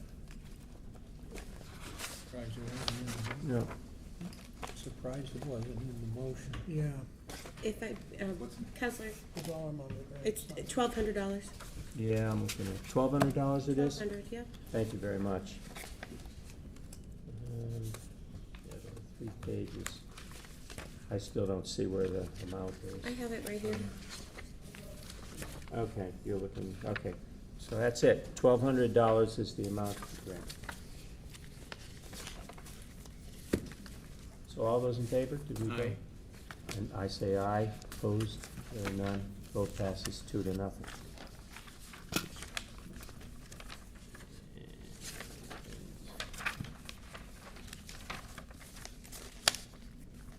Well, it seems that's Okay, that concludes the business of the Personnel and Human Services Committee tonight. I would call for adjournment. Second. Thank you. At 9:05, and we'll meet again, Personnel Committee, at the next appropriate time. I'd like to call Licenses Committee to order at 9:05. I have two motions this evening from the docket of August 22nd, 2019. I move to approve the permit request of the Attleboro Memorial Chapter 91 of the Disabled American Veterans Organization for the annual Forget Me Not Drive at various locations throughout the city, October 5th, 2019, or rain date of October 12th, 2019. Second. Anybody have any questions? Pretty self-explanatory. All those in favor? Aye. Motion passes. From the docket of July 18th, 2019, I move to approve the application for a Class 2 auto license from New England Cars, Inc., 923 Washington Street, Attleboro, Mass., for 7 customer parking spaces and 33 display spaces. Second. Any questions? This is the public hearing we had this tonight. All those in favor? Aye. Motion passes. I'd like to call for an adjournment at 9:06. Second. All those in favor? Aye. We are adjourned at 9:06. Thank you. Oh, you know what? Can I bring up one thing? The Egyptian festival's this weekend. I don't know if anybody's ever been at the Coptic Church on North Main Street, South Main Street. Great food. I don't know if anybody's ever been, but it's this weekend, Friday, Saturday, Sunday. They've been participating in farmers market for the last couple of weeks. I haven't gone for the past 2 weeks. Is that when they were there? I'm sorry? I haven't gone to the farmer's market. Yeah, in 2 weeks. well, they've been there for 3 weeks. Yep, 3 weeks, and they were giving some samples of the juice that they Super nice people. stuff. And one of our other vendors is connected with them, and they have the hummus and the tabbouleh. And they were Yeah. supposed to come and make chicken and steak kebabs, and they couldn't do it that week. We were devastated. Well, you have We this were ready. weekend, all weekend, All Friday, weekend. Saturday, Sunday. Thank you. Thank you for letting me do that. Yeah. Cancel city property and claims this evening. And cancel ordinance election and legislative matters committee this evening. I'm up. Committee, reporting Public Safety Emergency Management Committee. From the docket of August 22nd, 2019, I entertain a motion to approve the expenditure by the Attleboro Police of an anticipated FY 2020 9/11 training grant from the Executive Office of Public Safety and Security, State 9/11 Department for approximately $220,542.29, and request in accordance with Chapter 1, Section 12 of the revised ordinance to the City of Attleboro, this body approve expending such funds in any future grant amendment. Second. A quickie on this is something we get every year from the state. It's non-contributory, it's coming from the state, and it goes to train all our patrolmen that qualified to be a dispatcher, 9/11, all the sergeants, lieutenants, and it's 2 8-hour sessions. Each course, you say, how can they spend that amount of money? I asked Kyle the same thing. Each course is $500 a man, so you add up all the men he's sending, plus overtime that they get to go, the stipend that they get, a little bit of stipend or raise, he said, is involved, and the overtime to fill their shifts while they're gone. So $220 sounds like a lot of money, but it goes real fast. So, and it's necessary. They take up different subjects, he told me, different years. Last year, they had courses on how to react to somebody that calls has a mental problem, autistic situations. I forget what he said this year they were, but there's a number of different courses they can take. And it's good. We can't train our policemen enough, as far as I'm concerned. Any comments, questions? Hearing none, all in favor? Aye. Aye. Motion passes. From the docket, August 22nd, 2019.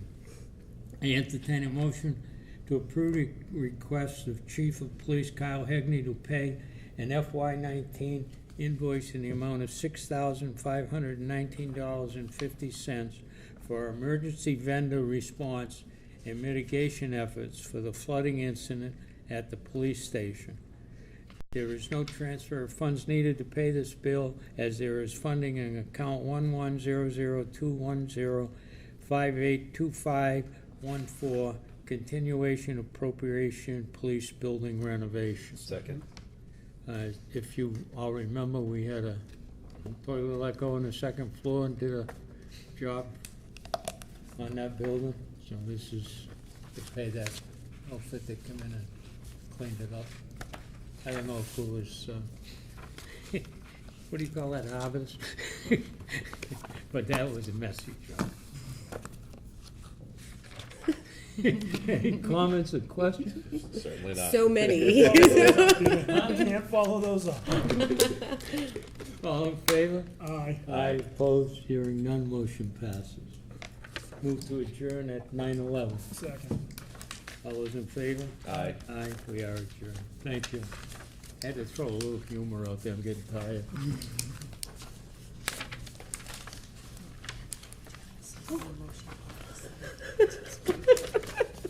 I'm sorry. That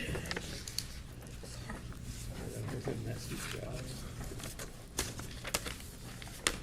Okay.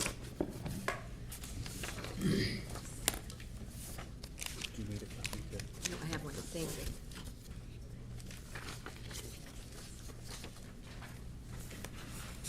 Do you need a copy, Rick? No.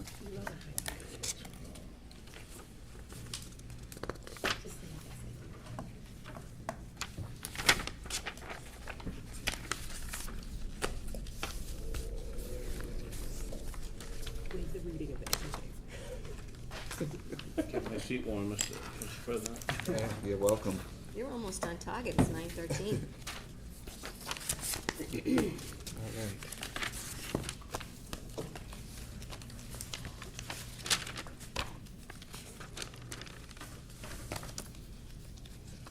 Okay, call the council back to order at 9:12. At this time, we'll go on to the reading of the mayor's communication. August 26th, 2019, dear municipal councilors. I'm actually gonna waive the reading of this. This is an emergency measure, and I'm gonna assign this matter to Public Safety and Emergency Management. You all have copies of the communication. And there's only the one item, Mr. President. Thank you.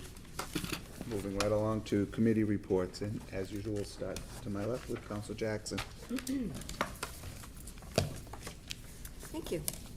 Reporting for Public Works Committee from the docket of August 22nd, August 22nd, 2019. I move to approve the request of the mayor to transfer $15,500 from Citywide Reserve Fund for Transfer account to the Public Works Professional Services account to pay for the state mandated inspections to be done at Farmers Pond Dam, Simmons Pond Dam, and Mechanics Dam. Second? Thank you. I have no comments because I just made them a few moments ago. Excellent. Any other questions or comments? Hearing none, this roll call vote is required, and we'll begin with Council Jackson. Ms. Jackson? Yes. Mr. Waterman? Yes. Mr. Conti? Yes. Yes. Vice President Parika? Yes. Mr. Delissio? Yes. Ms. Dolan? Yes. Ms. Holmes? Yes. Mr. Blair? Yes. And President Cooper. Yes. 10 yeas, 0 nays. Thank you. Motion passes. Thank you. From the docket of August 22nd, 2019, I move to approve the request of the mayor to transfer $27,394 from the Citywide Reserve Fund for Transfer account to the Public Works Trench Repairs account to make repairs to roadways and sidewalks due to water breaks and other needed patchwork. Second? Thank you. Thank you. Again, I just made those comments a few moments ago. Excellent. Any other questions or comments? We'll have a roll call vote beginning with Council Blair. Mr. Blair? Yes. Ms. Holmes? Yes. Ms. Dolan? Yes. Mr. Delissio? Yes. Vice President Parika? Yes. Mr. Cobus? Yes. Mr. Conti? Yes. Mr. Waterman? Yes. Ms. Jackson? Yes. President Cooper? Yes. 10 yeas, 0 nays. Thank you. Motion passes. Thank you. I move to approve, from the docket of August 22nd, 2019, I move to approve the request of the mayor to transfer $31,000 from the citywide reserve fund for transfer account to the Public Works Dam Rehabilitation account. Now that the Farmers Pond Dam repair plans have been finalized, Public Works will perform all repairs except for the excavator work. Second? Thank you. Thank you. Ditto. Any other questions or comments? Roll call vote is required, and we'll begin with Counsel Jackson. Ms. Jackson? Yes. Mr. Waterman? Yes. Mr. Conti? Yes. Mr. Cobus? Yes. Vice President Paprika? Yes. Mr. Delissio? Yes. Ms. Dolan? Yes. Ms. Holmes? Yes. Mr. Blair? Yes. President Cooper? Yes. 10 yeas, 0 nays. Thank you, motion passes. Thank you. From the docket of August 22nd, 2019, I move to approve the request from National Grid and Verizon to relocate pole 3324 Rathbun Willow Drive 15 feet southwest of current location and relocate pole 3323 Rathbun Willow Drive 5 feet southeast of current location. The work is to accommodate roadway layout changes at the request of the city. Second? Thank you. Thank you. Any other questions or comments? Seeing none, a roll call vote is required, and we'll begin with Counsel Blair. Mr. Blair? Yes. Ms. Holmes? Yes. Ms. Dolan? Yes. Mr. Delissio? Yes. Vice President Paprika? Yes. Mr. Cobus? Yes. Mr. Conti? Yes. Mr. Waterman? Yes. Mrs. Jackson? Yes. President Cooper? Yes. 10 yeas, 0 nays. Thank you, motion passes. Thank you. I have no further business this evening for the Public Works Committee, but I would like to call for a committee meeting at the appropriate time next week. Great. Counsel Waterman. Yes, reporting from the Personnel and Human Services Committee on the docket of August 22nd, 2019. I move to approve the request from Building Commissioner William McDonough regarding the need to pay for services rendered by the plumbing inspector in fiscal year 2019. A vote authorizing payment is needed to satisfy this debt. There's no transfer of funds needed for these services, as there is sufficient funding in the revolving fund. Thank you, motion's in order. Any questions or comments? Second, Counsel Dolan. thank you. Okay. The roll call vote is required, and we'll begin with Counselor Jackson. Ms. Jackson? Yes. Mr. Waterman? Yes. Conti? Yes. Mr. Cobus? Yes. Vice President Paprika? Yes. Mr. Delissio? Yes. Ms. Dolan? Yes. Ms. Holmes? Yes. Mr. Blair? Yes. President Cooper? Yes. 10 yeas, 0 nays. Thank you, motion passes. From the docket of August 22nd, 2019, I move to approve the request of the mayor to appoint the members of the Council on Disabilities to the newly created Disability Commission and request confirmation for the following appointments. Harry Jane M. Jensen, February 2021. Jennifer Davies, February 2021. Susan J. Jensen, February 2020. Kevin Lacoste, February 2022. Cynthia Van Voris, February 2022. And William McDonough, February 2022. Second? Thank you, motion's in order. Any questions or comments? No, same people that were serving before. Great. All in favor? Aye. Opposed? Thank you, motion passes. On the docket of August 22nd, 2019, I move to approve the request of the mayor to transfer $18,288.87 from the account 112-41000-578300 Citywide Reserve Fund for transfer to account 151-01000-515075, the Health Earned Time, due to the anticipated retirement of a health department employee in October. Second? Thank you. Thank you. This is normal business when people retire. A roll call vote is required. Any other questions or comments? A roll call vote is required. Begin with Counsel Blair. Mr. Blair? Yes. Ms. Holmes? Yes. Ms. Dolan? Yes. Mr. Delissio? Yes. Vice President Paprika? Yes. Mr. Cobus? Yes. Conti? Yes. Mr. Waterman? Yes. Ms. Jackson? Yes. President Cooper? Yes. 10 yeas, 0 nays. And from the docket of August 22nd, 2019, I move to approve the expenditure of the American Library Association, ALA, Truth, Racial Healing, and Transformation Great Stories Club Growing Up Brave on the Margins grant received by the Attleboro Library. In accordance with MGL Chapter 44, Section 53, and Chapter 1, Section 12 of the revised ordinances of the City of Attleboro. The mayor requests this honorable body to approve expending such funds and any future grant amendments by the Attleboro Public Library. Second? Thank you, and as you already heard, it's a $1,200 grant. Any other questions or comments? Could we just put that in as a friendly amendment to 1,200? Yes, I'd accept that as a friendly amendment, that we add after the word grant and before the word received by of $1,200. Thank you. Any other questions or comments? Seeing none, a roll call vote will begin with Council Jackson. Ms. Jackson. Yes. Mr. Waterman. Yes. Mr. Conti. Yes. Mr. Cobus. Yes. Vice President Parika. Yes. Mr. Delicio. Yes. Ms. Dolan. Yes. Ms. Holmes. Yes. Mr. Blair. Yes. President Cooper. Yes. 10 yeas, 0 nays. Thank you, motion passes. And that concludes the business of the Personnel and Human Services Committee. I would like to call the committee at the next appropriate time. Great. Councilor Conti. Thank you, Mr. President. Reporting for Capital Improvement City Development Committee from the docket of July 18th, 2019. I move to approve the request of the mayor to transfer $35,000 from the citywide reserve fund for transfer account to the Council on Aging Professional Services account in order to fund an elderly needs assessment as requested by the Council on Aging for future planning to address the evolving needs and interests of Attleboro's older residents. Second. Thank you. Motion's in order. Any questions or comments, Councilor Conti? No, Mr. President, I think I beat this dead last Tuesday night and earlier tonight. I have no further comments. Great. Any other questions or comments? Seeing none, a roll call vote will, I'm sorry. Thank you. I was initially concerned that the data was going to be from 2010 census. Madeline responded, though, and the data that will be used for this will be from 2018, so that satisfied what I was looking for. I was concerned that they were going to be looking at data that was 10 years old, but it does seem like this is needed, so I will be supporting this. Great. Any other questions or comments? Seeing none, we require a roll call vote. We'll begin with Councilor Blair. Mr. Blair. Yes. Ms. Holmes. Yes. Ms. Dolan. Yes. Mr. Delicio. Yes. Vice President Parika. Yes. Mr. Cobus. Yes. Mr. Conti. No. Mr. Waterman. Yes. Ms. Jackson. Yes.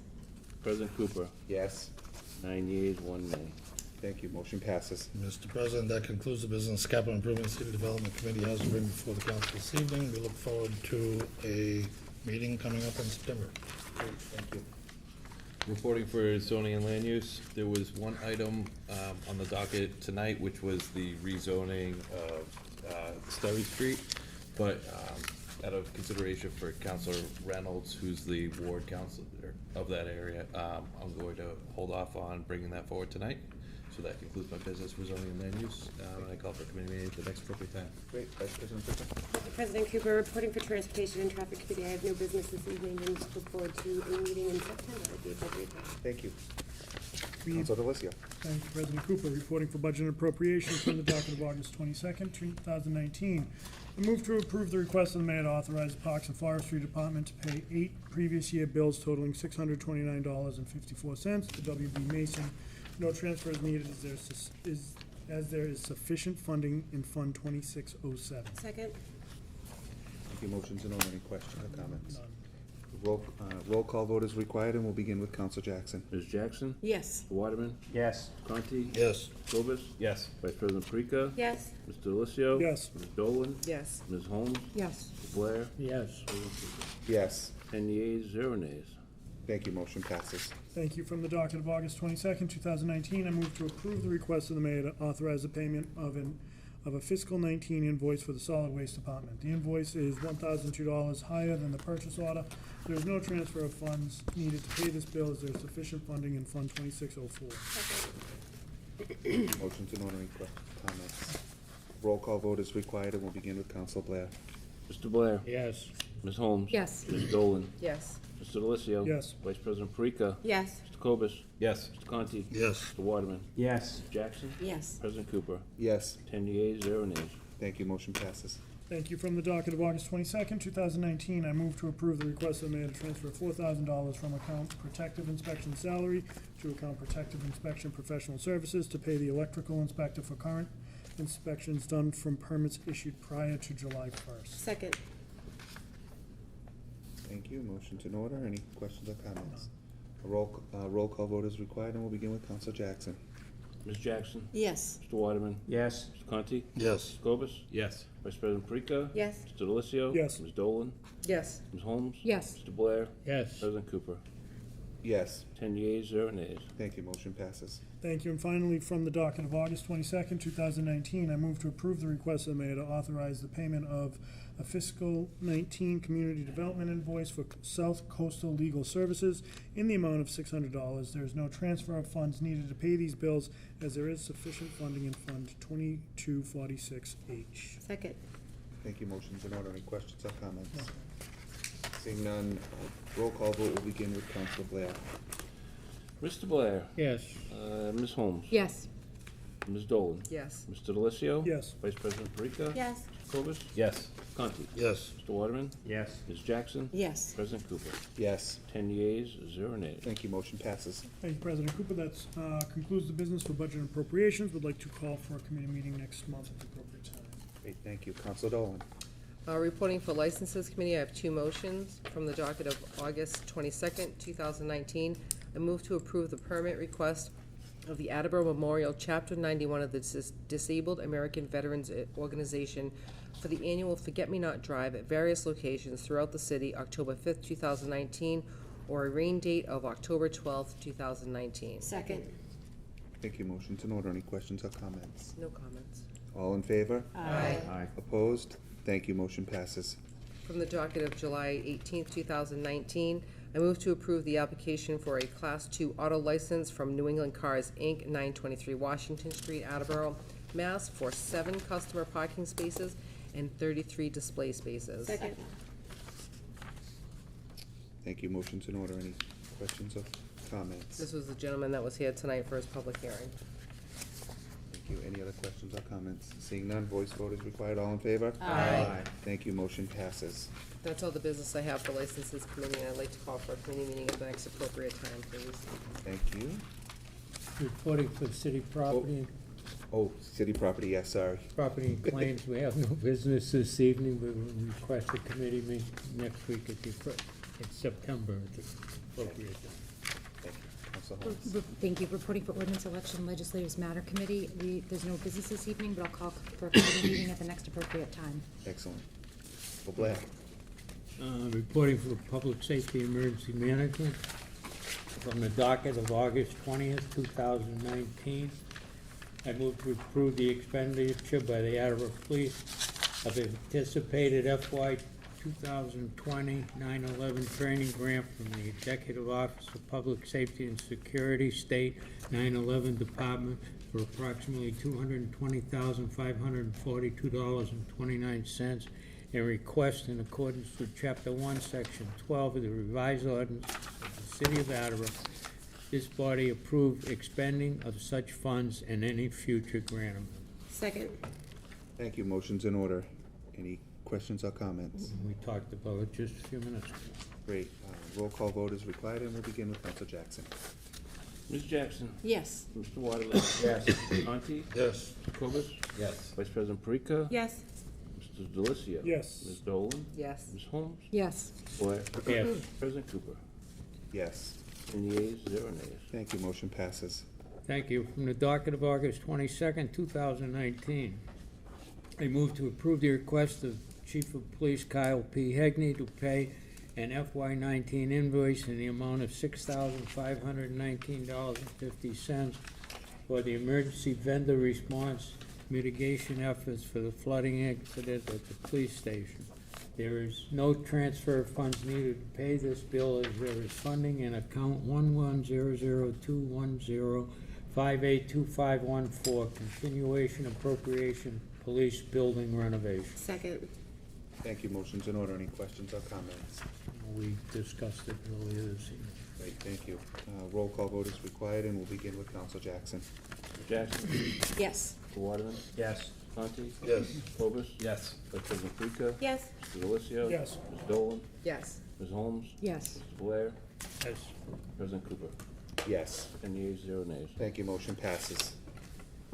From the docket of August 22nd, 2019, I move to adopt the following emergency preamble. Emergency preamble, that the Attleboro Municipal Council hereby declare that an emergency presently exists relative to the need for funds to replace defective police department security camera monitors. We believe the requested amount will cover the cost, and when the project is completed, we will transfer the unused balance back to the reserve fund for transfer. Therefore, please transfer $50,000 from account 1124100-5783000 Citywide Reserve Fund for transfer to account 1210100 Police Security System in accordance with Article 2, Section 29B of the City Charter of the City of Attleboro. I respectfully request your honor body to consider this an emergency measure. Second. Thank you. Motion's in order for the emergency preamble. Councilor Blair. Pretty cut and dry. We need a new monitor over it. It's quite an expensive situation. It's needed for the security. Great, thank you. Any other questions or comments? Seeing none, 2/3 roll vote is required, and we'll begin with Councilor Blair. Mr. Blair. Yes. Ms. Holmes. Yes. Ms. Dolan. Yes. Mr. Delissio. Yes. Vice President Parika. Yes. Mr. Cobus. Yes. Mr. Conti. Yes. Mr. Waterman. Yes. Ms. Jackson. Yes. President Cooper. Yes. 10 yeas, 0 nays. Thank you, motion passes. Thank you. To the original motion, I move to approve the request of the mayor as an emergency measure to transfer $50,000 from account 1124100-5783000 Citywide Reserve Fund for transfer to account 1210100 Police Security System to replace defective police department security camera monitors. Second. Thank you, motion's in order. Any additional comments on the motion? Any questions from anyone? Thank you. 2/3 roll call vote is required, and we'll begin with Councilor Jackson. Ms. Jackson. Yes. Mr. Waterman. Yes. Mr. Conti. Yes. Mr. Cobus. Yes. Vice President Parika. Yes. Mr. Delissio. Yes. Ms. Dolan. Yes. Ms. Holmes. Yes. Mr. Blair. Yes. President Cooper. Yes. 10 yeas, 0 nays. Thank you, motion passes. Thank you very much. I move to adjourn at, I don't have to do that. Maybe we adjourn? Last one, let's go. Almost, almost. There are 2 items of new business, and for that I recognize Oh, Vice President Parika. Thank you. Excuse me, Oh, before I'm you do, sorry. I'd like to call for a committee meeting next month if you take your time. Perfect, thank you. Thank you, President Cooper. I move to refer to the following matter to the appropriate committee for study and recommendation: the installation of a stop sign on Bliss at Bourne. Second. Thank you, motion's in order. Any comments? Yeah, so I'll make my comments for both of these. They'll be very brief. I did receive, our communication came through our office with regards to some traffic issues down on Bourne Street. So I did go down and have a meeting with the residents in that area. And it's kind of interesting because that road is half in Attleboro, half in Seekonk. And there's a lot of truck traffic that goes through there. So I'm working with Mike Tyler to kind of figure out how we could submit to the state to restrict truck traffic on that particular road. With the new Waze, either Waze or Maps or whatever, it's telling people to make that cut through instead of going down that little further by the Boneyard and taking the right up onto Oak Hill Avenue. So there's a lot of cut through that happens there. And while we were standing there I met with the residents, I don't know, probably half hour, 45 minutes. And there was significant amount of truck traffic going through there, and they're flying. So we have to work in coordination with Seekonk to submit to the state to have that happen. In the meantime, I did talk to Mike Tyler. He did install 30-mile-an-hour speed limit signs because we didn't have any of that signage. And the police chief actually went down to take a look with regards to the stop signs. So one he's in support of, one he's less in support of, just because we don't utilize stop signs as traffic calming measures. And one of them, the Bliss and Bourne is one he considered to be a traffic calming measure, but I figured I had already introduced the new business, so we'll just move forward with it anyway. But he is also supportive of the Bourne and South Main Street. So we're working on things down in that neighborhood, so. Great. Any other questions or comments? Seeing none, all in favor? Aye. Thank you. That matter will be referred to Transportation and Traffic Committee Vice President Parika, would you also want it to go to Traffic Study Commission? I would. And also, a public hearing is necessary for September 17th. That would be great. All in favor? Aye. Thank you, motion passes. We'll have a public hearing on that matter on September 17th. Thank you. I move to refer the following matter to the appropriate committee for study and recommendation: the installation of a stop sign on Bourne at South Main Street. Second. Thank you, motion's in order. Vice President Parika. Thank you. All in favor? Aye. Thank you, that matter is referred to Transportation and Traffic. Vice President Parika, would you like to refer that to Traffic Study Commission as well? Yes, President Cooper. Thank you, and have a public hearing on September 17th. Yes, President Cooper. All in favor? Aye. Thank you, motion passes. Let me just write this thing in. At this time, I'd entertain a motion to adjourn. Second. All in favor? Aye. Thank you, we are adjourned at 9:35. 2 nights in a row. You nailed it. You nailed it. You did. Best love going.